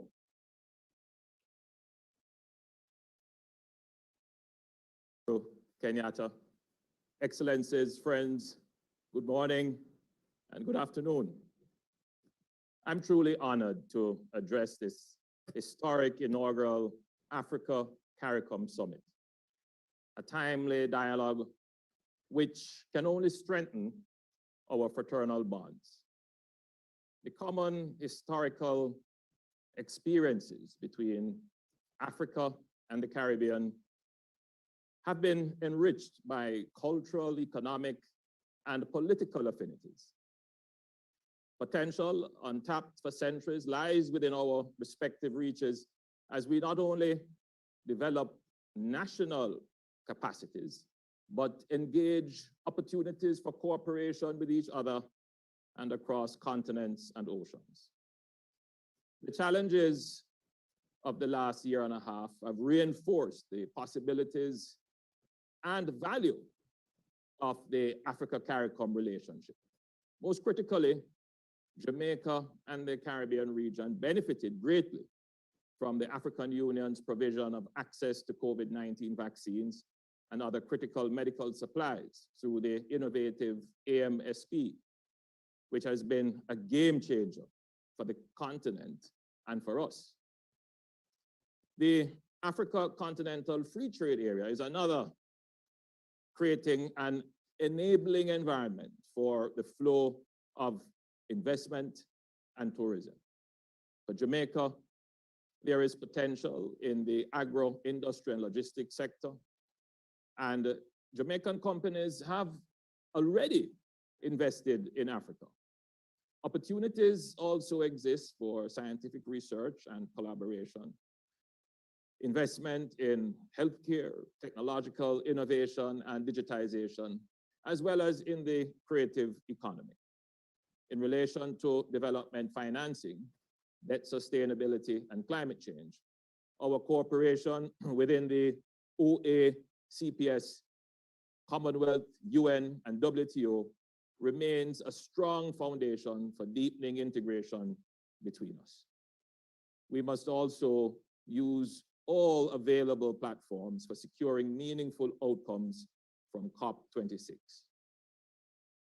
Prior to the pandemic, we were pleased to have the exchange of visits with African leaders, and we had planned for more. Jamaica was also pleased to receive the first non-stop flight from Lagos last December. There are indeed real prospects for exchanges in sports, culture, education, tourism, and commerce between our regions to improve economic benefits and enhance people-to-people connections. This would narrow the geospatial and psychological separation, reclaim our historical connections, and celebrate ourselves as members of the African diaspora. Colleagues, this summit is the fulfillment of the vision of Garvey, Mandela, Nkrumah, Nyerere, and other Pan-Africanists who spoke of the manifest potential and greatness to be achieved from unified engagement. let us strive to fulfill their dreams and ours to unleash the full potential of the African continent and the African diaspora in the CARICOM region.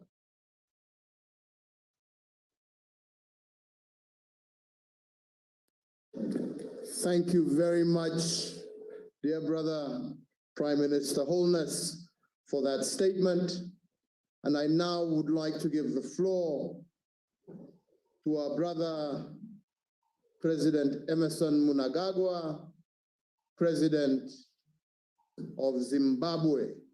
Mr. President, you have the floor.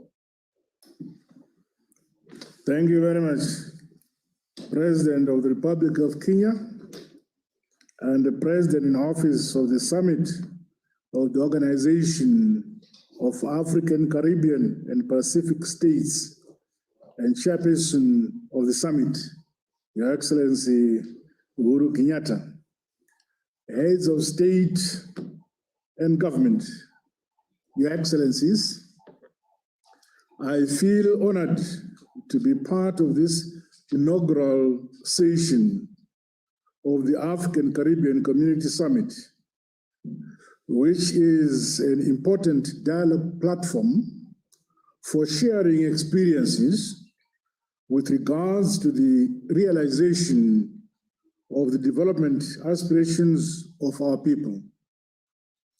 This session comes at a time when the world is grappling with the negative impacts of the COVID-19 pandemic, as well as various challenges brought about by climate change. This platform, therefore, entails that Africa and the Caribbean community must continue to strengthen partnerships, cooperation, and coordination towards developing mechanisms to rejuvenate and grow our economies. The need to harness our national and human resources to create opportunities and increase self-reliance for the benefit of our people equally remains critical.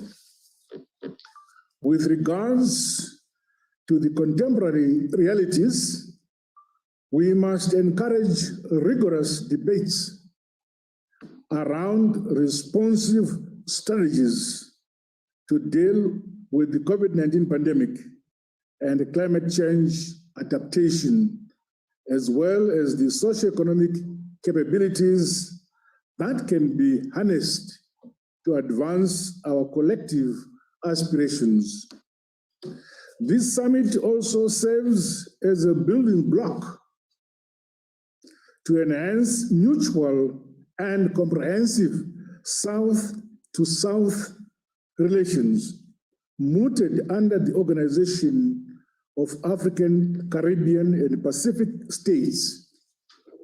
Through this noble initiative, we should redouble engagement efforts with global institutions for the development of inclusive models which will help accelerate the attainment of the Sustainable Development Goals by our respective countries.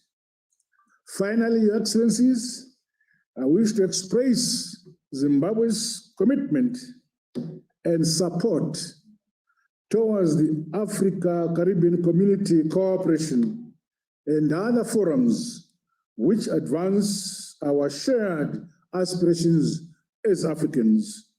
I thank you for your kind attention. Thank you. Thank you very much, Your Excellency, for those words. And I now give the floor to His Excellency, the Honorable Philip Pierre, Prime Minister of St. Lucia.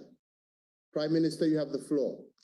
Thank you very much, Chairperson, Uhuru Kenyatta, colleague heads of state and government, Chairperson of the African Union Commission, Secretary General of CARICOM, distinguished guests. While we are separated across land and sea, we have so much in common, including a rich culture and diversity, and our people as a fundamental asset for progress and achievement. I announced on August 1st, 2021, in my inaugural annual Emancipation Day address, 4 days after assuming office, that my administration plans to take Caribbean's real African history to schools and to make Emancipation Day already a holiday, a major annual event on our national calendar. As I said then, we strongly believe that while slavery was abolished over a century ago, the mindset and racial attitudes that brought African people to the Caribbean and the Americas still linger. I assure that this historic first gathering of African Caribbean leaders, that under my watch, solutions will have good reason to remember the struggles of our forefathers, while preserving and protecting the heritage they left us. And today is only the beginning, over 143 years later, but it's never too late to start. My administration also welcomes this ready platform for communication, cooperation, coordination between Africa and the Caribbean, to share COVID-19 experiences and develop mechanisms to help reduce our common dependence on equal vaccine distribution. This is a stark living reminder of the inequalities of the system. Having to import 10 times more pharmaceuticals than we produce in the Caribbean, and our regional vaccination levels at only between 15 and 23%. We also support the recent initiative announced by PAO to create a platform to increase regional vaccine manufacturing production. Unfortunately, we also share particularly vulnerability to the ravages of climate change. This means that inevitably, we are all invested in securing sustained global action to arrest and reverse this scourge. In this regard, close cooperation between small and developing states, African countries, and other developing states was instrumental in securing the 2015 Paris Agreement and the 1.5 target for global temperature increase. In light of the climate emergency, the pursuit of a green recovery from the COVID-19 pandemic, and the critical decisions to be made at the 26th Conference of Parties to the United Nations Framework Convention on Climate Change, COP26, is essential that the flame of collaboration kindled in Paris be fanned vigorously in Glasgow in November of this year, in order to ensure that the international community, and in particular industrialized nations, manifest a level of climate ambition that will secure the safety of the planet and the survival of our countries. Our countries must also continue to work under the banner of non-Annex 1 developing countries in the negotiating group of 77 and China. Thus far, we have collaborated and strengthened our voices, having common positions on such fundamental issues as finance adaptation, loss, and damage. In the area of finance, it is imperative that we speak with one voice under the operating entities or the financial mechanism. Division simply retards progress for both our regions, something we can ill afford in a process where we can only move forward with consensus. Our regions must also maximize possibilities for collaboration outside of international arrangements, exploring areas such as technology, capacity building, research exchanges, and formal education opportunities. There is so much that we can learn from each other. Already within the climate change context, the African Union's Agenda 2063 is consonant with CARICOM's agenda as you prioritize environmentally sustainable and climate resilient economies and communities. We are aware that you have committed to act with a sense of urgency on climate change and the environment, to focus on climate technology, women and youth, sustainable forest management, and climate resilient agriculture, among others. As we forge ahead, the Caribbean community looks forward to deeper and more meaningful connections with the continent of Africa, working together in achieving the developmental aspirations of our nations and our people. I thank you, Mr. President. Thank you very much, Prime Minister. And I now give the floor to His Excellency, the Honorable Roosevelt Skerrit, Prime Minister of Dominica. Prime Minister, you have the floor. Thank you very much, Chairman. I want to thank you and to recognize heads of state, head of government, colleagues, friends all. I want to associate myself with all of the exceptional recommendations that have been made in forging ahead our close collaboration and contact. This is an opportunity we've been yearning for a very long time. And I'm very happy to be part of this occasion where we can join hands with our brothers and sisters in Africa. There are common challenges which we have to work on, and these common challenges, it is for us to find common solutions to those challenges. And so the structure which has been proposed by my chairman, Comrade Gaston Brown, in formalizing this relationship, I believe it is something that we need to move with a matter of urgency. I want to recognize the leadership of His Excellency, the President of Kenya, and also my colleague, friend, Mia Motley, for advancing this opportunity for us to be able to meet together. Dominica stands ready to play its part in a meaningful and tangible way in advancing this effort of greater collaboration between our nations. And I can say to you, Excellency, that here in the Caribbean, there is great excitement and anticipation for stronger ties, stronger collaboration, and increased contact between our peoples and among our peoples. So I really want to place on record my full support for this inaugural summit, and to urge that we move with speed. We've put in the infrastructure in place to allow this to be an annual event, not only of heads of government and heads of state, but for there to be this contact among our people, that our African brothers and sisters can visit us in the Caribbean, and of course we from the Caribbean can reciprocate that particular action. So I pray, God, that we will be successful in our efforts, because our people are looking for us to provide that leadership. Our people are looking for us to advance this collaborative effort, because they are convinced that we must find common solutions to our common challenges. We cannot look to others to do it. We have to do it for ourselves and by ourselves. Thank you, Your Excellency. Thank you very much, Prime Minister. And I now give the floor to His Excellency, Dr. Philip Mpango, Vice President of the United Republic of Tanzania. Vice President, you have the floor. Excellencies, distinguished participants, ladies and gentlemen, I wish to begin by commending our host and dear brother, His Excellency Uhuru Kenyatta, the President of the Republic of Kenya, for conceptualizing and crystallizing the idea of having this important Africa-Caricom summit. Allow me also to convey sincere apologies from Her Excellency Samia Suluhu Hassan, President of the United Republic of Tanzania, who wished to be part of this historic event, but due to other equally important national commitments, she had to delegate the tasks to me, and I feel honored for the opportunity.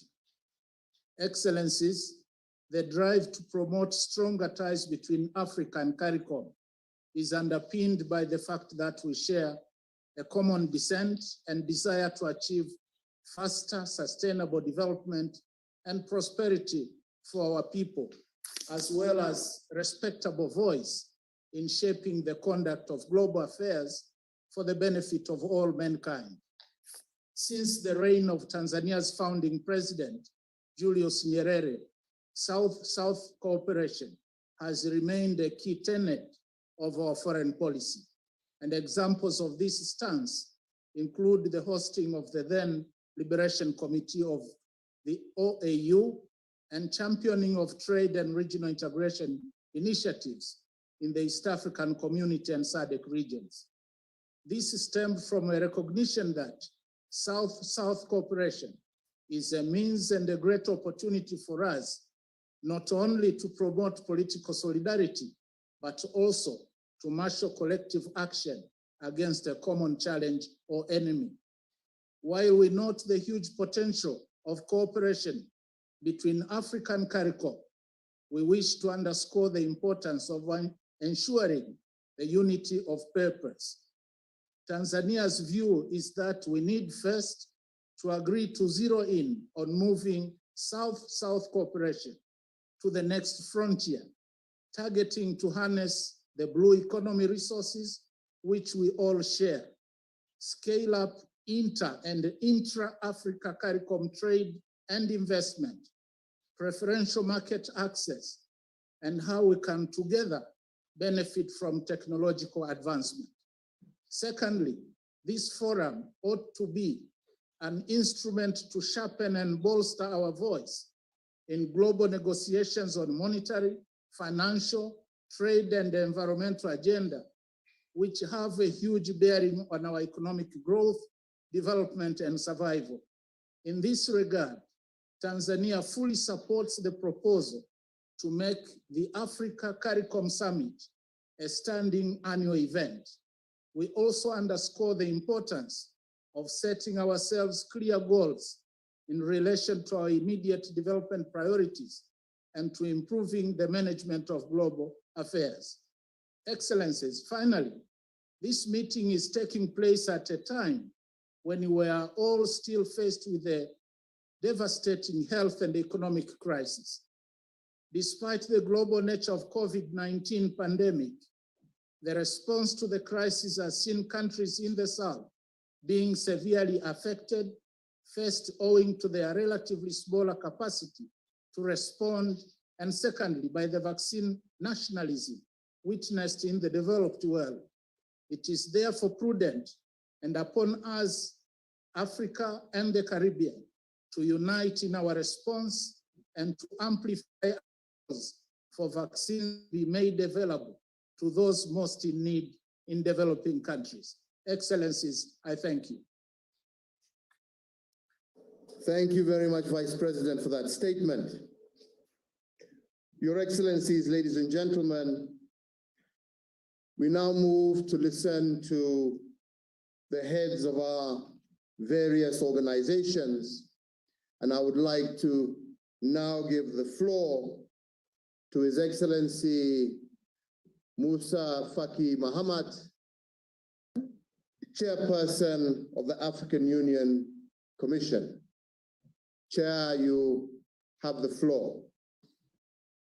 Thank you, Your Excellency. Excellence, Monsieur Uhuru Kenyatta, Président de la République du Kenya, hôte du sommet. Excellences, Mesdames et Messieurs les chefs d'État du gouvernement d'Afrique et des Caraïbes, chers collègues secrétaires généraux des CARICOM et des États ACP, distingués participants, les circonstances historiques douloureuses vécues par le continent africain ont arraché des millions d'Africains à leur terre natale et à leurs racines. Victimes d'horribles déportations aux fins d'esclavage 4 siècles durant, ces Africains ont peuplé plusieurs contrées dont les îles Caraïbes, contribuant ainsi à l'essor et à la prospérité de certaines, au prix de la sueur, du sang et d'atrocités diverses. Les templats gravés dans la conscience universelle sont ineffaçables. C'est à juste titre que les Nations Unies ont décidé de consacrer le 31 août, Journée internationale des personnes d'ascendance africaine. Cette reconnaissance mondiale est un pas important dans la reconnaissance du martyre subi par ces personnes, mais aussi contre le racisme, l'exclusion et les inégalités. Malgré les siècles, les distances et l'ampleur des tragédies et des horreurs subies, les Africains déportés et réduits à la servilité ont conservé des traditions, des cultures, des rites et croyances, un esprit et surtout une âme qui ont taillé dans la pierre l'homme noir de là-bas. De génération en génération, ils ont préservé ces fils qui les relient à leur continent d'origine et que la longue histoire de l'esclavage et de l'acculturation n'a pas réussi à ternir ou briser. C'est ce fil que nous voulons transformer en un pont de la renaissance de notre destin commun. Je voudrais à ce stade rendre un vibrant hommage à son Excellence Uhuru Kenyatta, qui est à l'origine de tout le processus qui nous offre aujourd'hui l'occasion de tenir ses premiers sommets Afrique-Caraïbes. Je voudrais également saluer la présence massive à ce sommet virtuel des dirigeants de 2 régions réunis dans un si bel élan de retrouvailles et d'ambition exaltée.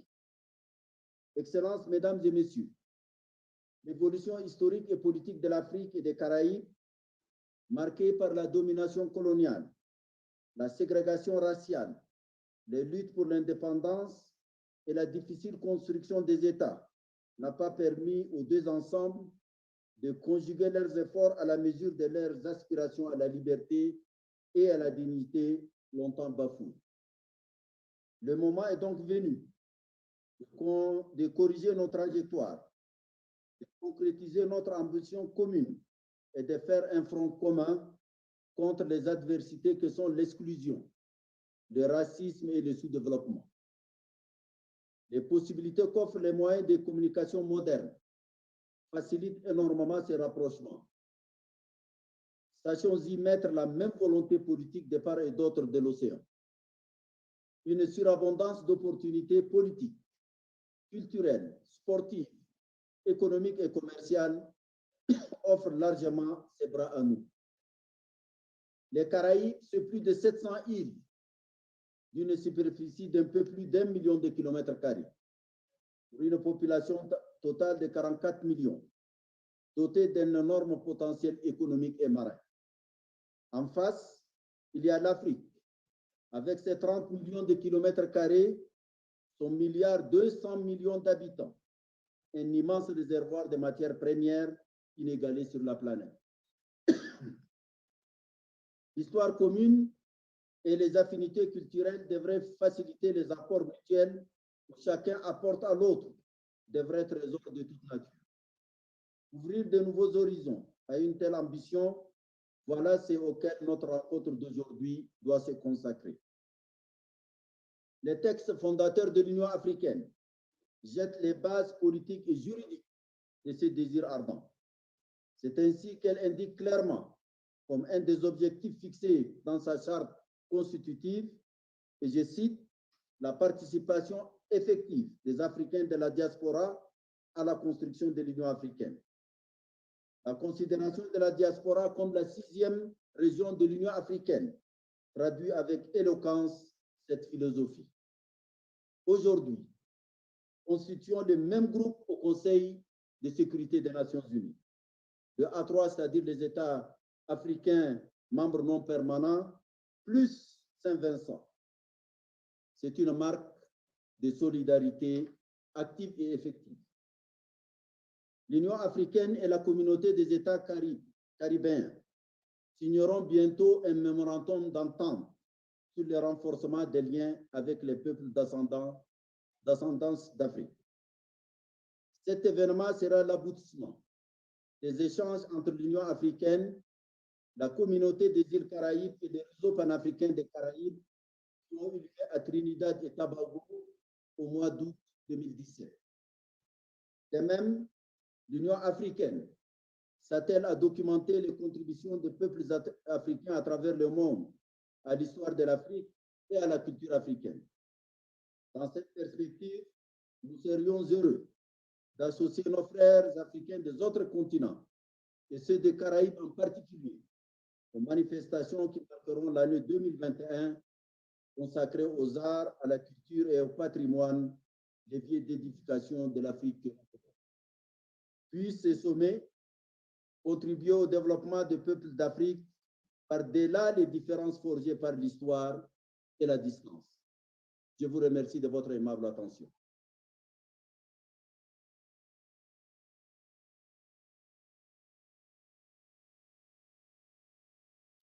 Thank you very much, Chairperson, and let me say that your words and statement are very reassuring to us.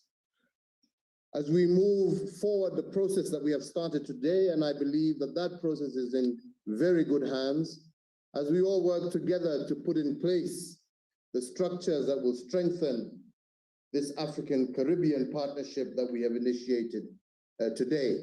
I also wish to thank you, Chair, for the crucial role you and the Commission have played since we initiated the process of having this summit, and to say that we are truly grateful for the role that you and your staff at Addis Ababa have done to bring us this far. I now wish to give the floor to Dr. Carla Natalie Barnett, Secretary General of CARICOM, to make her remarks. Good morning, good afternoon, Mr. Chairman, Your Excellency Uhuru Kenyatta, President of the Republic of Kenya, other excellencies, heads of state and government, other heads of regional institutions in CARICOM and in Africa, ladies and gentlemen. The cycle of history has brought us together again. Centuries after enforced separation, we gather around this virtual table to foster a new relationship between our regions, one that is freely entered into. We have had our moments of acting together to protect and advance our mutual interests. But today we are committing to forge a new and more permanent alliance that has the potential to open new vistas of collaboration and cooperation. Key to our future relationship is the strengthening of institutional links. Over the years, we at the CARICOM Secretariat have had the pleasure of interacting with the Secretariats of Integration Movements in Africa. Representatives of the African Union Commission, the Southern African Development Community, and the Economic Community of West African States have all been welcomed to our Guyana headquarters. There have been reciprocal visits to the Southern African Development Community. These exchanges began in 1997, have continued periodically, and are aimed at exploring and exchanging ideas on the processes of regional cooperation and the systems and procedures of operations. Countries of the Caribbean community and Africa have always been at the forefront of initiatives aimed at developing countries working closer together. We were both at the heart of the conception and formation of the non-aligned movement, and similarly, what is now the Organization of African, Caribbean, and Pacific States. What we have not done is use those links to create lasting mechanisms which would bring together the strengths of our two regions to elicit results to the benefit of our countries and our peoples. The recent experiences with respect to the acquisition and distribution of vaccines to stop the spread of a global pandemic must serve as an impetus to drive this relationship forward. I take this opportunity to thank the African Union for its generosity and solidarity in including the Caribbean community in the African Medical Supplies Platform, which has provided significant amounts of vaccines to our member states. The imperatives that we both face more starkly than others with the phenomenon of climate change must also drive us towards ever closer unity of purpose and action. The sharing of skills and information between our scientific communities and our institutions established to combat this existential threat should be encouraged. Indeed, in 2018, at the high-level discussions between the CARICOM Secretariat and the African Union Commission, both sides agreed on the need for greater collaboration on matters of mutual interest in the international arena, such as climate change. The recent scientific reports spell out dire predictions for both our regions, given the continuing rise in global warming as it approaches 1.5 degrees above pre-industrial levels at a rate much faster than previously acknowledged. That matter of mutual interest is one that must unite us at the COP26 in the United Kingdom later this year. Chair, this new relationship must also extend to increasing trade and investment between Africa and CARICOM. Preliminary figures for 2020 indicate total trade at approximately 29 million US, a drop of 10 million from 2018. While the economic impact of the COVID-19 pandemic can explain this, as we seek to rebuild our economies, The private sector on both sides must become alive to the opportunities to expand investment and trade in both regions with the requisite policy support from the public sector. It is one of the areas in which our mutual membership in organizations, such as the Organization of African, Caribbean, and Pacific States, can be leveraged to our benefit. Let us demonstrate that South-South cooperation can be an instrument that leads to furthering the development of nations. Let the evils of the past that separated us be turned into the good fortunes of our future. Let the potential of this relationship be realized into the reality of a better life for the peoples of the Caribbean community and of Africa. Thank you very much, Mr. Chairman. Thank you very much, Secretary General Barnett, for your statement. And indeed, I see a very bright and fruitful future for African and Caribbean partnership from your statement. And I also would like to thank you for your contribution, together with that of the Chairperson of the African Union, towards making this day a reality. And I take this opportunity to also wish you every success as you execute your new duties. Thank you very much. I would now like to give the floor to the Special Envoy for the African Union on COVID-19, Mr. Strife Masiwa, who played a very critical role in developing the medical supplies platform that we are now currently sharing together. Strife, you have the floor. Thank you very much, Your Excellency, for this opportunity to address this unique and important summit. Your Excellency, I will be brief. You asked me a few months ago to direct our energy towards our partnership with the CARICOM countries. And my mission is simply to give you a quick update on where we are with respect to delivery of vaccines. As you will recall, the Bureau of African Presidents in August last year directed that 60% should be the African target for vaccinations. That is approximately 780 million African people. You also directed that that should include the Caribbean member states. So we rounded off as a target of 800 million people.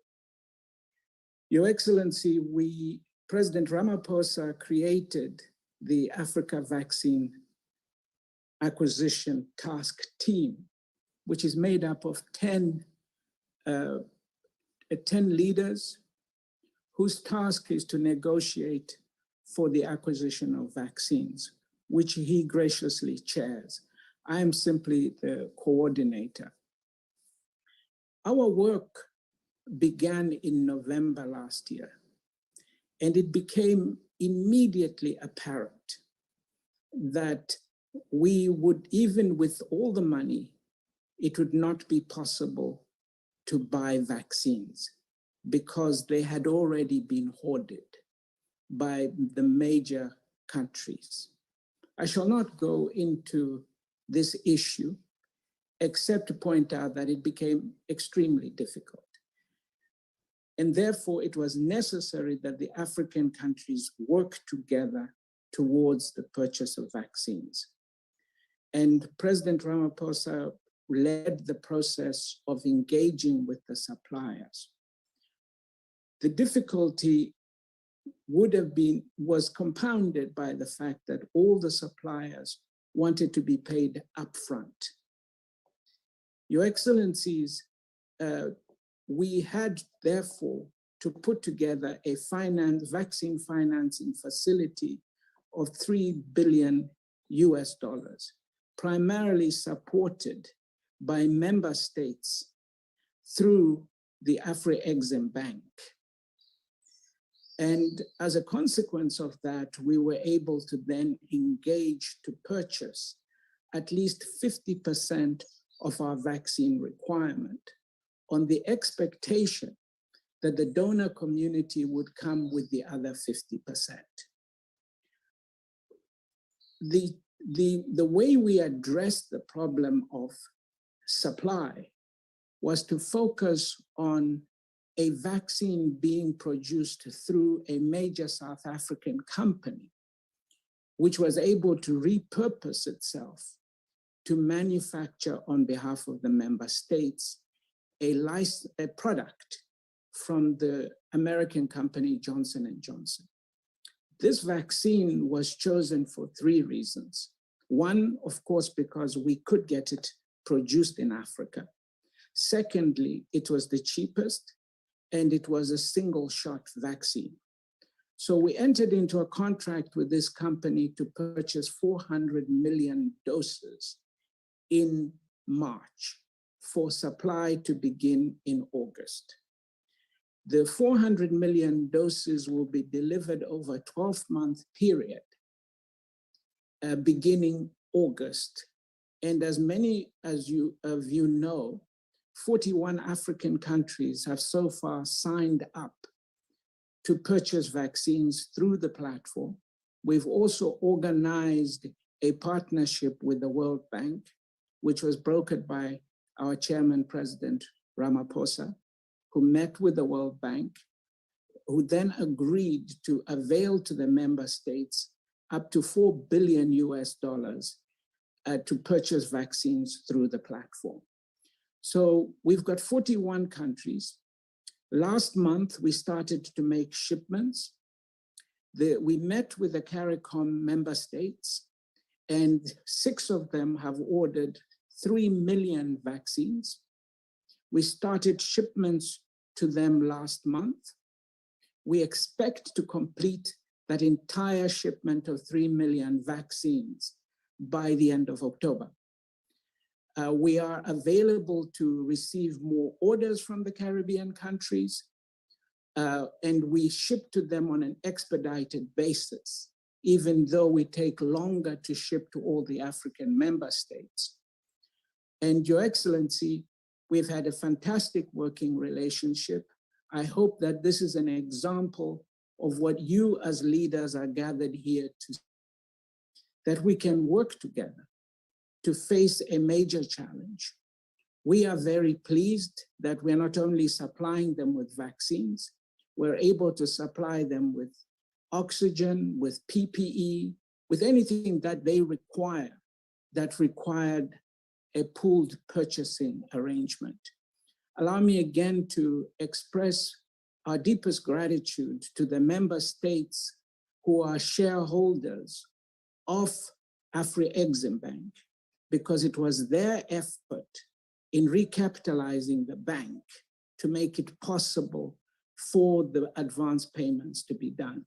These are countries like Nigeria, Egypt, Zimbabwe, and many others who met and provided the funding support for the bank so we could do the advance payment. But we are very pleased with the progress with the member states. We urge those member states who either have not placed orders or wish to place more orders. Because again, as a result of a major intervention by President Ramaphosa with the Europeans last month, we're now in a position to ship 20 million doses a month. The Aspen facility, which intends to expand to other African countries, will be shipping as many as 40 million doses a month by the end of January. Still, this is getting all the 400 million shipped is still only half of our requirement. But at least this is the only guaranteed supply of vaccines.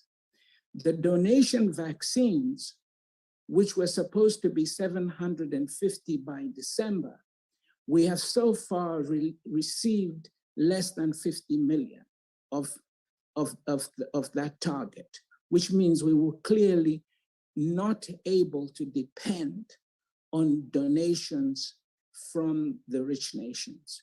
So we urge you to support us through this platform. We are ready to ensure that any Caribbean country that wishes to get vaccines, we will deliver to them, hopefully before Christmas, so that we can all visit the islands, as I have done on many, many occasions, including to watch the Cricket World Cup. So I thank you for your attention, and I hope that we will continue in this cooperation in many, many other areas, as we have shown on this occasion. Thank you very much, Strife, and once again, congratulations for everything that you are doing, and please just keep doing it. I'd now like to give the floor to His Excellency Dr. George Pinto Chikoti, who is the Secretary General of the Organization of African, Caribbean, and Pacific States. Your Excellency, you have the floor.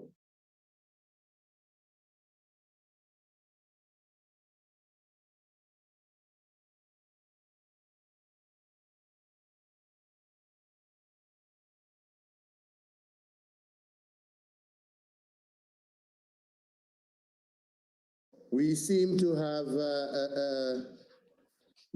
lost him. Let's see if we can get him back on while we listen to Dr. Jean Leon, President of the Caribbean Development Bank. You have the floor. Excellency President Uhuru Kenyatta, President of the Republic of Kenya, Excellencies, heads of state, and other leaders of the Africa Union and Caricom, let me begin by thanking you for organizing this groundbreaking summit. Aptly, this summit precedes the International Day for South-South Cooperation on September 12th, whose formal concept emerged over a half-century ago. Importantly, real cooperation between Africa and the Caribbean goes back centuries, with a relationship forged in our shared history and culture and our sense of a common identity. Today, I will limit my remarks to two areas of mutual concern to our regions, that is, debt sustainability and climate change, and the role of institutions like the Caribbean Development Bank in crafting innovative approaches to financing development. First, debt sustainability has been a big concern, with Africa Union and CARICOM countries being counted amongst the world's most highly indebted nations. The COVID-19 pandemic has highlighted our structural weaknesses and amplified the debt problem. In 2020, public debt reached 70% of GDP in Africa and 83% of GDP in CARICOM. Our regions face the unusual conundrum of striving for debt sustainability while seeking to generate adequate fiscal resources to build resilience. But even as we contemplate such recovery, our development prospects are further buffeted by climate change. We are among the most vulnerable countries to the impacts of climate change. We are less able to resist, adapt to, and recover from the effects of sea level rise, prolonged droughts, and extreme weather conditions. Natural hazard events have repeatedly resulted in adverse environmental, social, and economic consequences. Projections also suggest that our two regions will face more exaggerated climate risks for the remainder of the century. This poses a serious threat to our attainment of the Sustainable Development Goals. There is merit, therefore, in developing joint approaches to the debt and climate change challenges we face. Indeed, working together, our regional development banks are well placed to engineer innovative financing approaches and to advocate for access to lower cost of finance based on an imperative for development that distinguishes pre-event vulnerability, magnitude of event impact, and post-event persistence and duration of impact. These effects, evidenced by our repeated natural hazard events, and indeed the COVID-19 pandemic, present strong arguments against the inadequacy of per capita income as a measure of classification and access to concessional finance. CDB fully endorses the institutionalization of CARICOM Africa Union relations.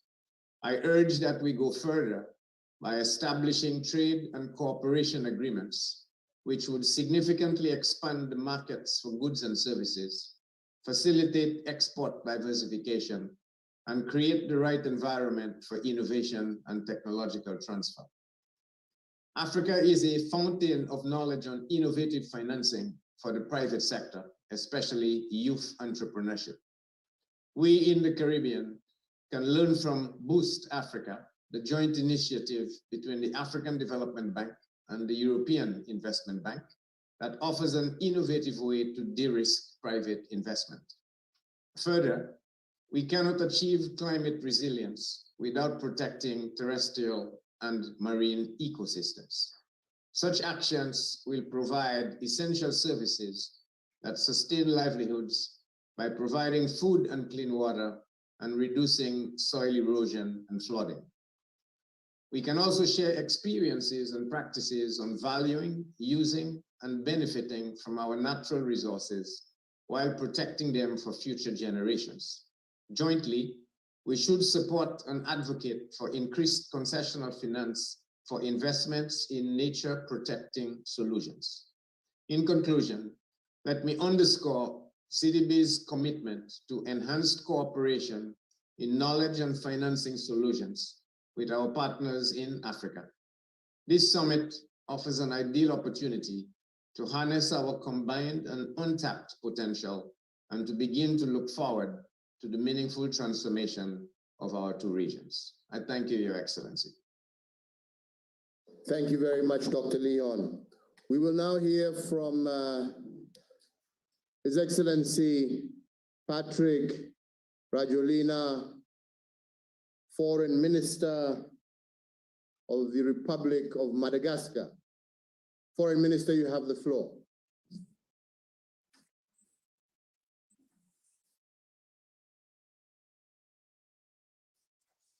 Excellence, Monsieur le Président de la République du Kenya et Président de la Communauté de l'Afrique de l'Est, Excellence, Monsieur le Président de l'Union africaine, Excellence, Monsieur le Président de la CARICOM, Excellence, les membres du bureau de l'Assemblée de l'Union africaine, Excellence, les présidents des communautés économiques régionales, Excellence, les présidents des institutions de l'Union africaine, Excellence, Monsieur le Président de la Commission de l'Union africaine, Excellences, Mesdames, Messieurs.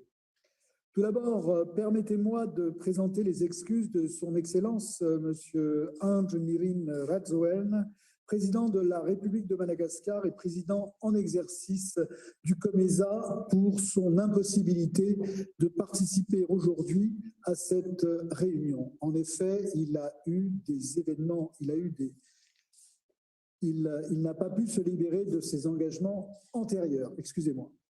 J'aimerais également transmettre ici This. I would also like to pass the greetings of 21 member states of our organization that Madagascar has the honor of chairing for the last 4 years, that is COMESA.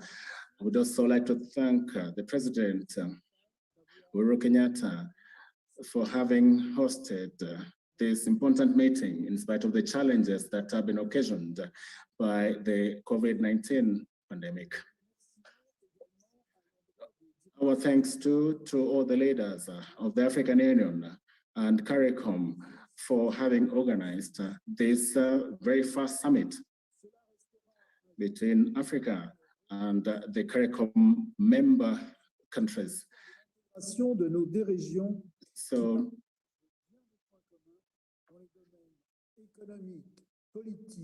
we share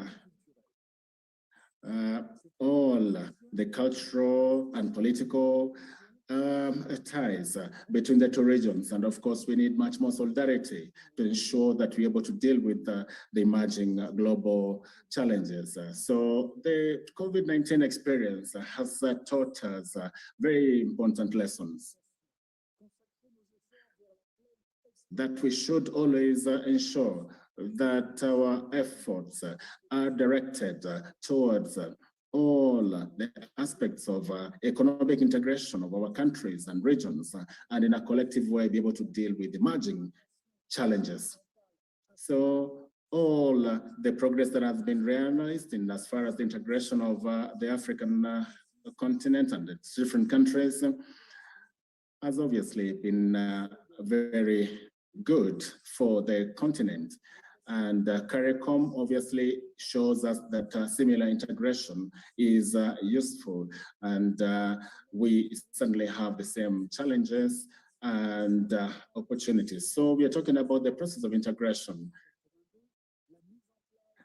and the creation of the free trade zone in Africa from 2009 shows the commitment of our members in terms of increasing the opportunities for sharing and businesses and investment and the creation of jobs and improvement of our people's standards of living thanks to all these efforts of integration. So we should be able to pursue economic integration through different approaches, especially the integration of markets, the integration of production, and the physical integration, as well as social integration, the transformation that is technological, the digitization of things is something that should be part of our strategy. And we have different initiatives and institutions that are specialized in the integration. I'm talking about COMESA, for example, which has been able to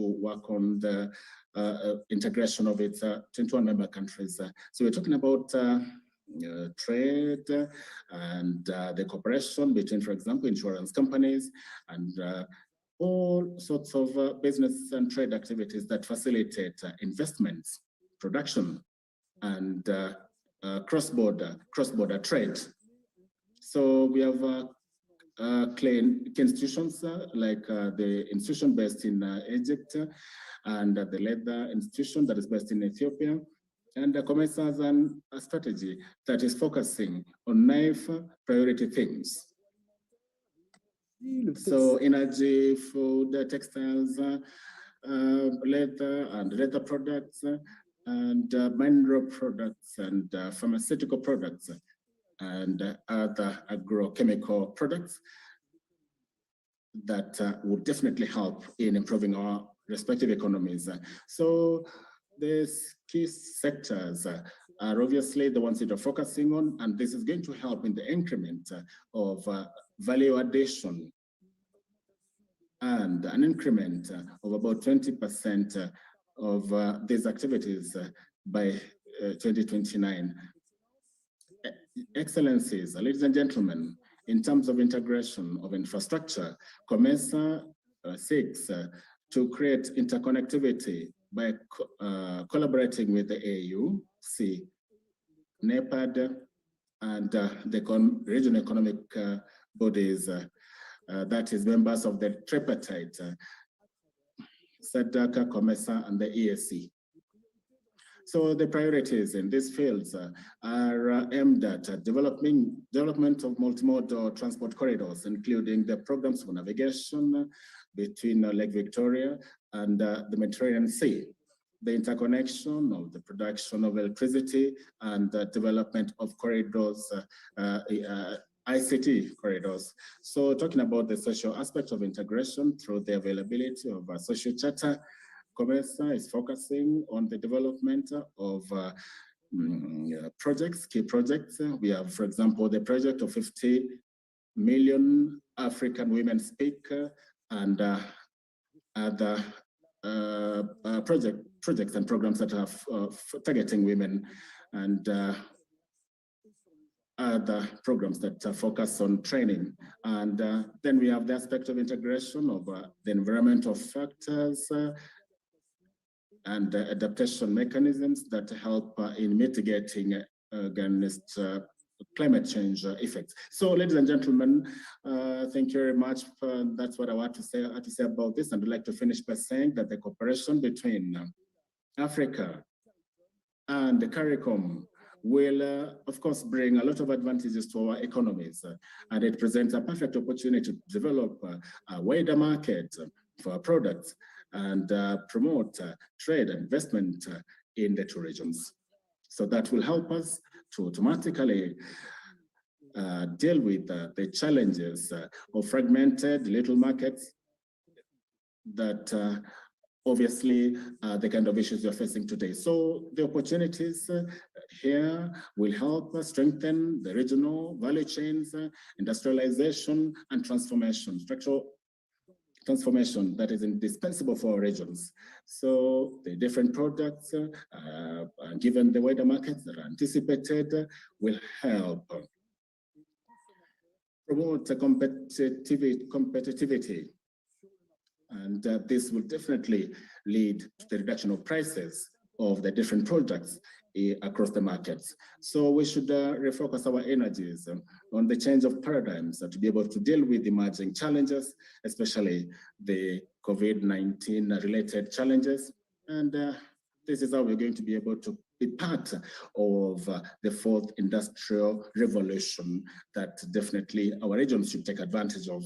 So it is necessary to work in an efficient way to deal with the different challenges we're facing today through regional integration. And this, I think, will be very helpful in as far as ensuring that we're able to achieve sustainable development in an inclusive manner. So let's move and work together in the spirit of solidarity and partnership. Thank you very much.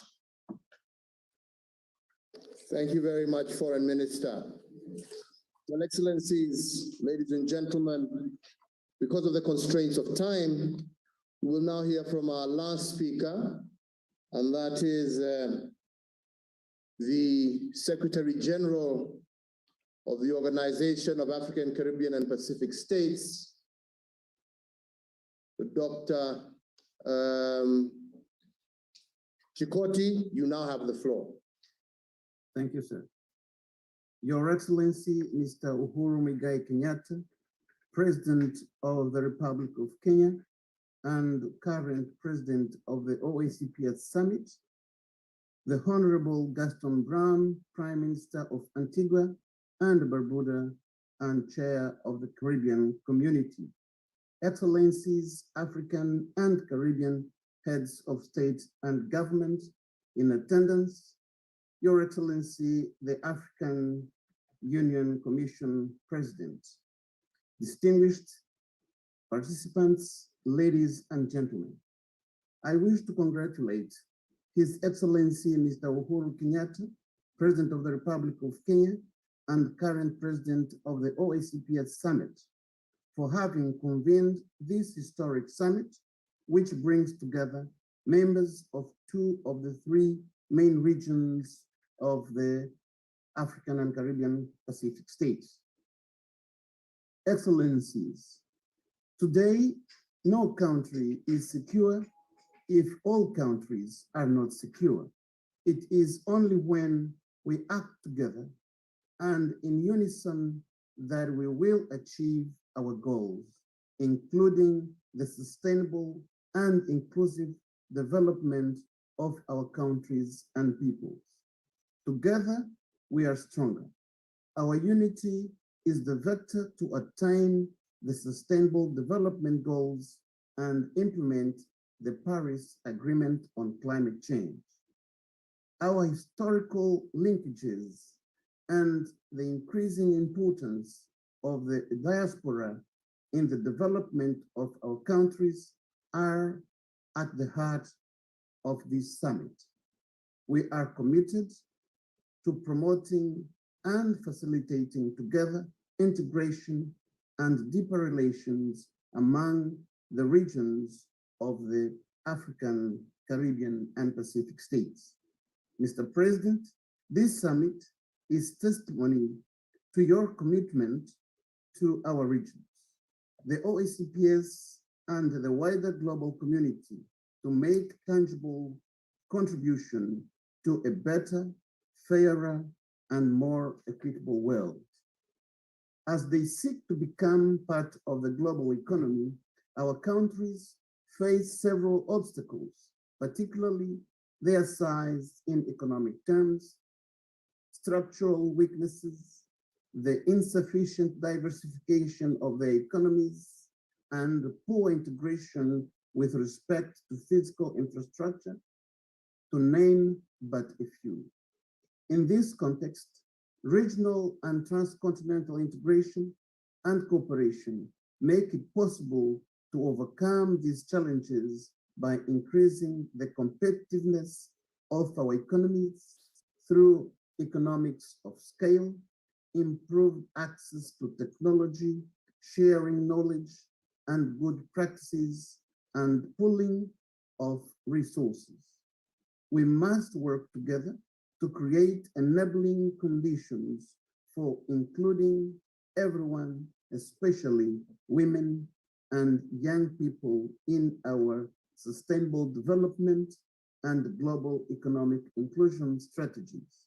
Today, let me pay special tribute to the AU and CARICOM for the progress they have made in deepening regional integration, respectively through the African Continental Trade Area and the Caribbean Single Market and Economy. Coming together at this summit to formalize their relationship is a commitment to further enhance the linkages among both peoples and jointly address challenges and opportunities. I am convinced that South and Triangular Cooperation, consistent with the OACP's vision of creating a free trade area encompassing the African, Caribbean, and Pacific regions, would bring advantages to citizens of these regions. Excellencies, the COVID-19 pandemic has unfortunately reminded us that we are living at a time marked by fundamental changes and often unpredictable challenges. Their complexities and scope are severely testing our ability to both anticipate and respond adequately. Multilateralism is the appropriate, if not the only framework for effectively meeting global challenges, such as threats to peace and security, the fight against terrorism, violent extremism, organized crime, pandemics, and the ongoing crisis of climate change and biodiversity loss. The OACPS is committed to strengthening and promoting multilateralism to enhance the influence of its members on the international scene and defend their interests while respecting the principles of subsidiarity, complementarity, proportionality, and value addition. Your Excellencies, the Constituent Act of the OACP's Georgetown Agreement, as revised in 2019, reaffirmed our unity in diversity and solidarity as cornerstones of our organization. As an international organization, we cannot overstate the importance of regional cooperation. To this end, the full operationalization of the provisions of the Georgetown Agreement, and in particular the OACPS Interregional Organizations Coordination Committee, would ensure greater collaboration and coordination among the various regional organizations of the OACPS. The new OACPS EU Partnership Agreement, which includes 3 action-oriented regional protocols, compels us to strengthen and expand our interregional relationships. In conclusion, the OACPS is committed to support the African Union CARICOM relationship and contribute towards enhanced enhanced unity across continents and oceans. I thank you, Your Excellencies. Thank you very much, Secretary General, for those comments. So, Your Excellencies, ladies and gentlemen, as we now come to the close of what I believe has been a very successful summit, I want to really just take this opportunity just to thank each and every one of you for the insightful comments and very captivating proposals on how we can move forward together. Before I try and wrap up, I'd like to invite our Cabinet Secretary for Foreign Affairs, Dr. Rachel Omamo, or Ambassador Rachel Omamo, to present the highlights of the key outcomes of today's summit. Ambassador Omamo, please, the floor is yours. Thank you.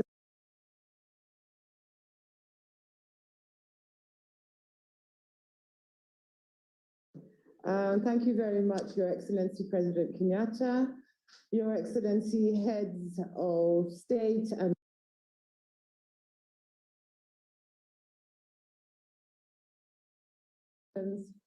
colleague ministers. It is my distinct privilege to highlight key elements of the draft communique that will be issued after we close this meeting. It will be circulated to all of you for your approval, but we thought it was important for you to note some of the key components of it to ensure that we were able to capture the spirit and the power of this important summit.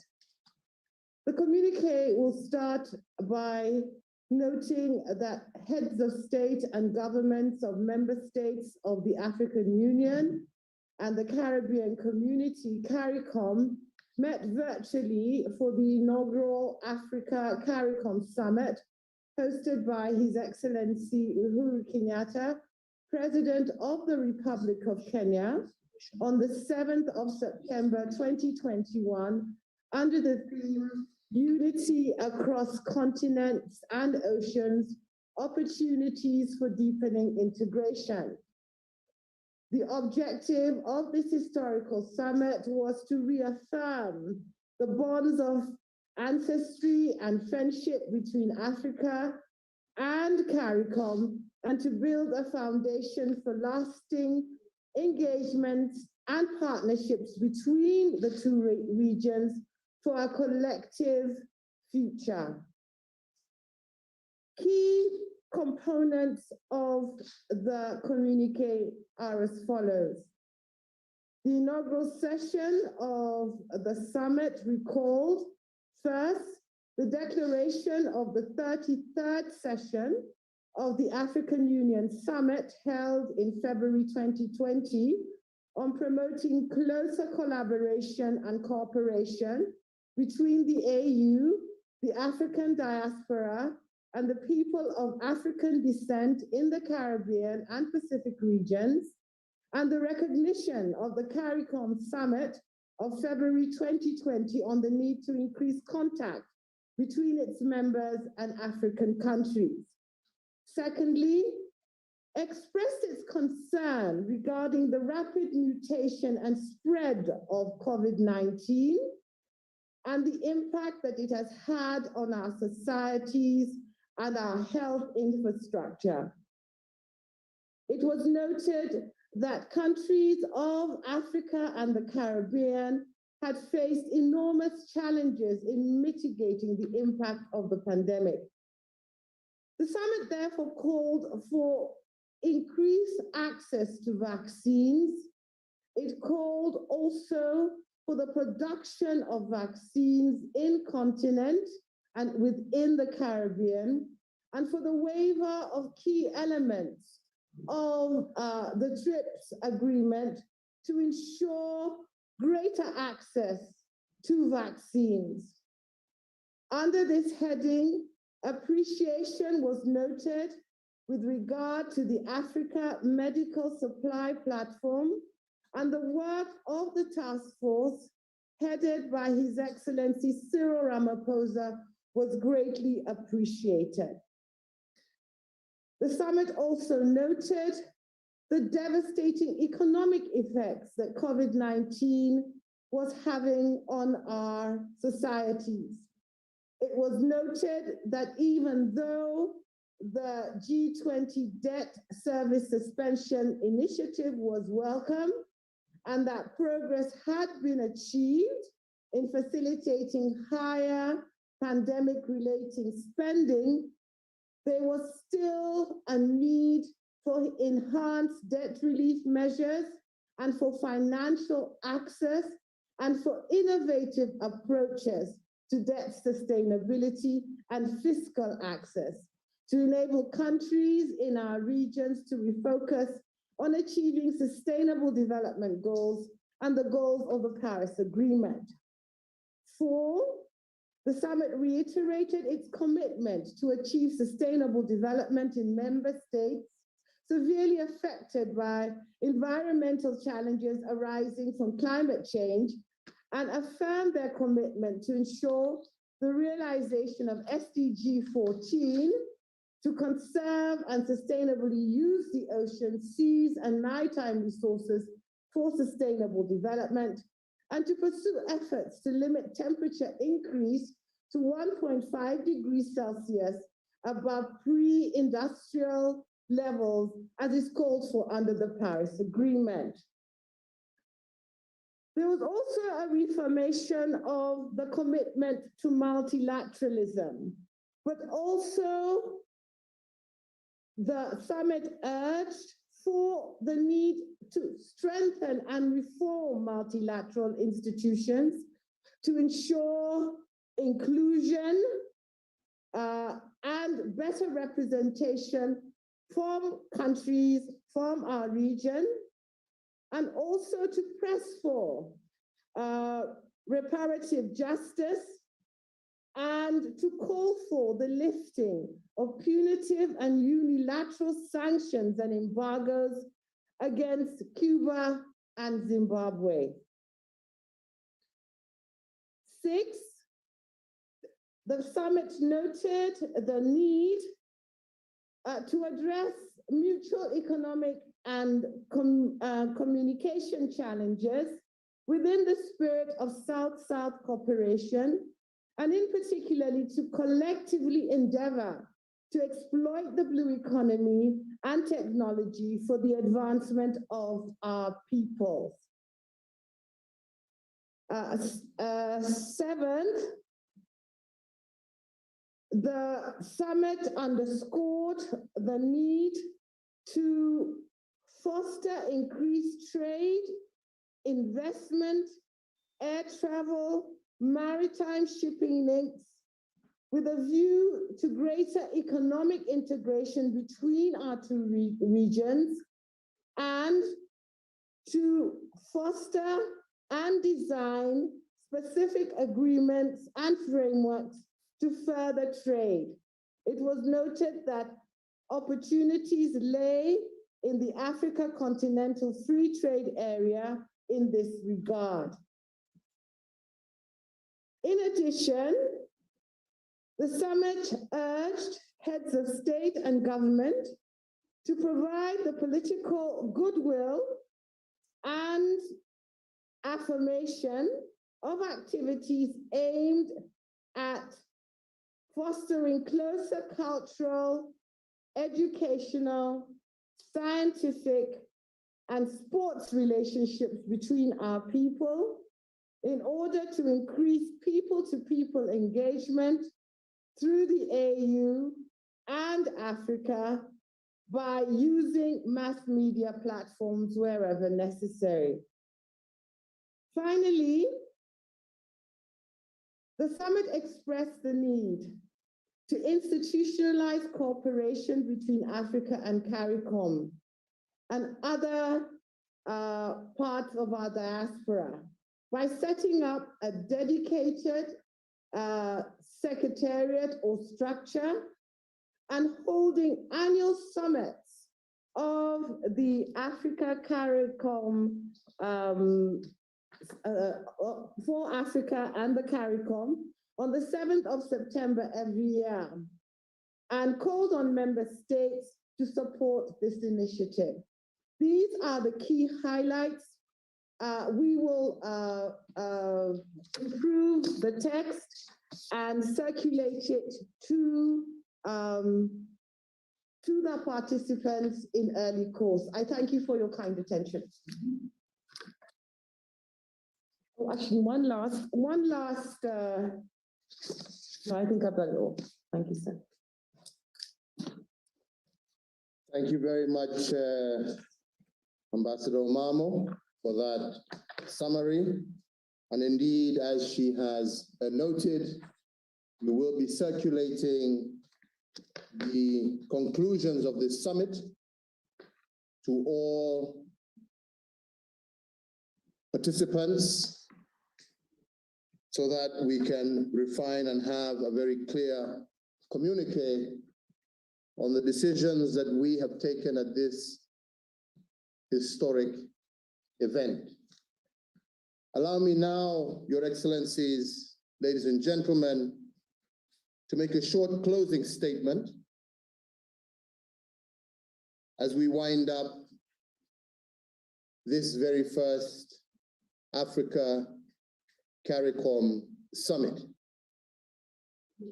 Your Excellencies, heads of state and government, Your Excellencies, heads of regional organizations, ladies and gentlemen, heads of delegations, we have now come to the end of a very successful first Africa-Caricom Summit.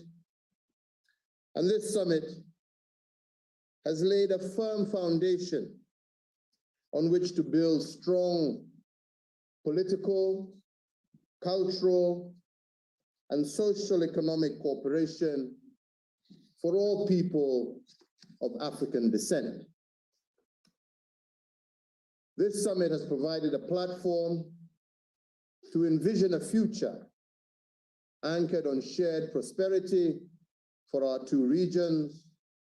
And in this context, we have had a rich, productive discussion on the key pillars of this shared vision. The first is our aspiration for a much deeper political cooperation and collaboration between the African Union and the Caribbean community, building on our shared heritage. The second is to manage the risks and threats that confront us. In particular, the management of the impact of COVID-19 pandemic, climate change, and debt sustainability, all of which require a multinational approach. We agreed to work together across our two regions to define our priorities and ensure that the global response is aligned to our unique challenges. These risks, I believe, also present us with opportunities to collectively think out of the box and recognize, as well as seize the opportunities presented by these crises. The third is the promotion and expansion of trade and investment with a focus on new frontiers such as technology, and in particular fintech and our blue economy, to catalyze fast recovery and growth of our respective economies. We recognize our strength in numbers, especially if we all commit to eliminating barriers to trade and therefore open up our respective blocks to trade across borders. Let me say finally, Your Excellencies, how much I truly appreciate all the heads of state and government who have been listening in today. I thank you for your understanding that we were not able to allow everyone to make a statement due to the limitations of time that were posed by this virtual summit. And I want to thank each and every one of you for your commitment to develop frameworks to foster the unity and shared prosperity of all people of African descent in our two regions. I believe today is a day where each and every one of us can be very proud. A day for the people of African descent to start a new beginning, to chart a new and hopeful future for our people. And I want to thank all those who have put a lot of very hard work behind the scenes to make this day a reality and a day, as my brother, the chair of CARICOM has said, a day that we shall be repeating in the years to come. May God bless you all. I thank you all for your participation, and I look forward to seeing each and every one of you in person in the very near future. Thank you, and God bless you, and God bless our peoples. Thank you.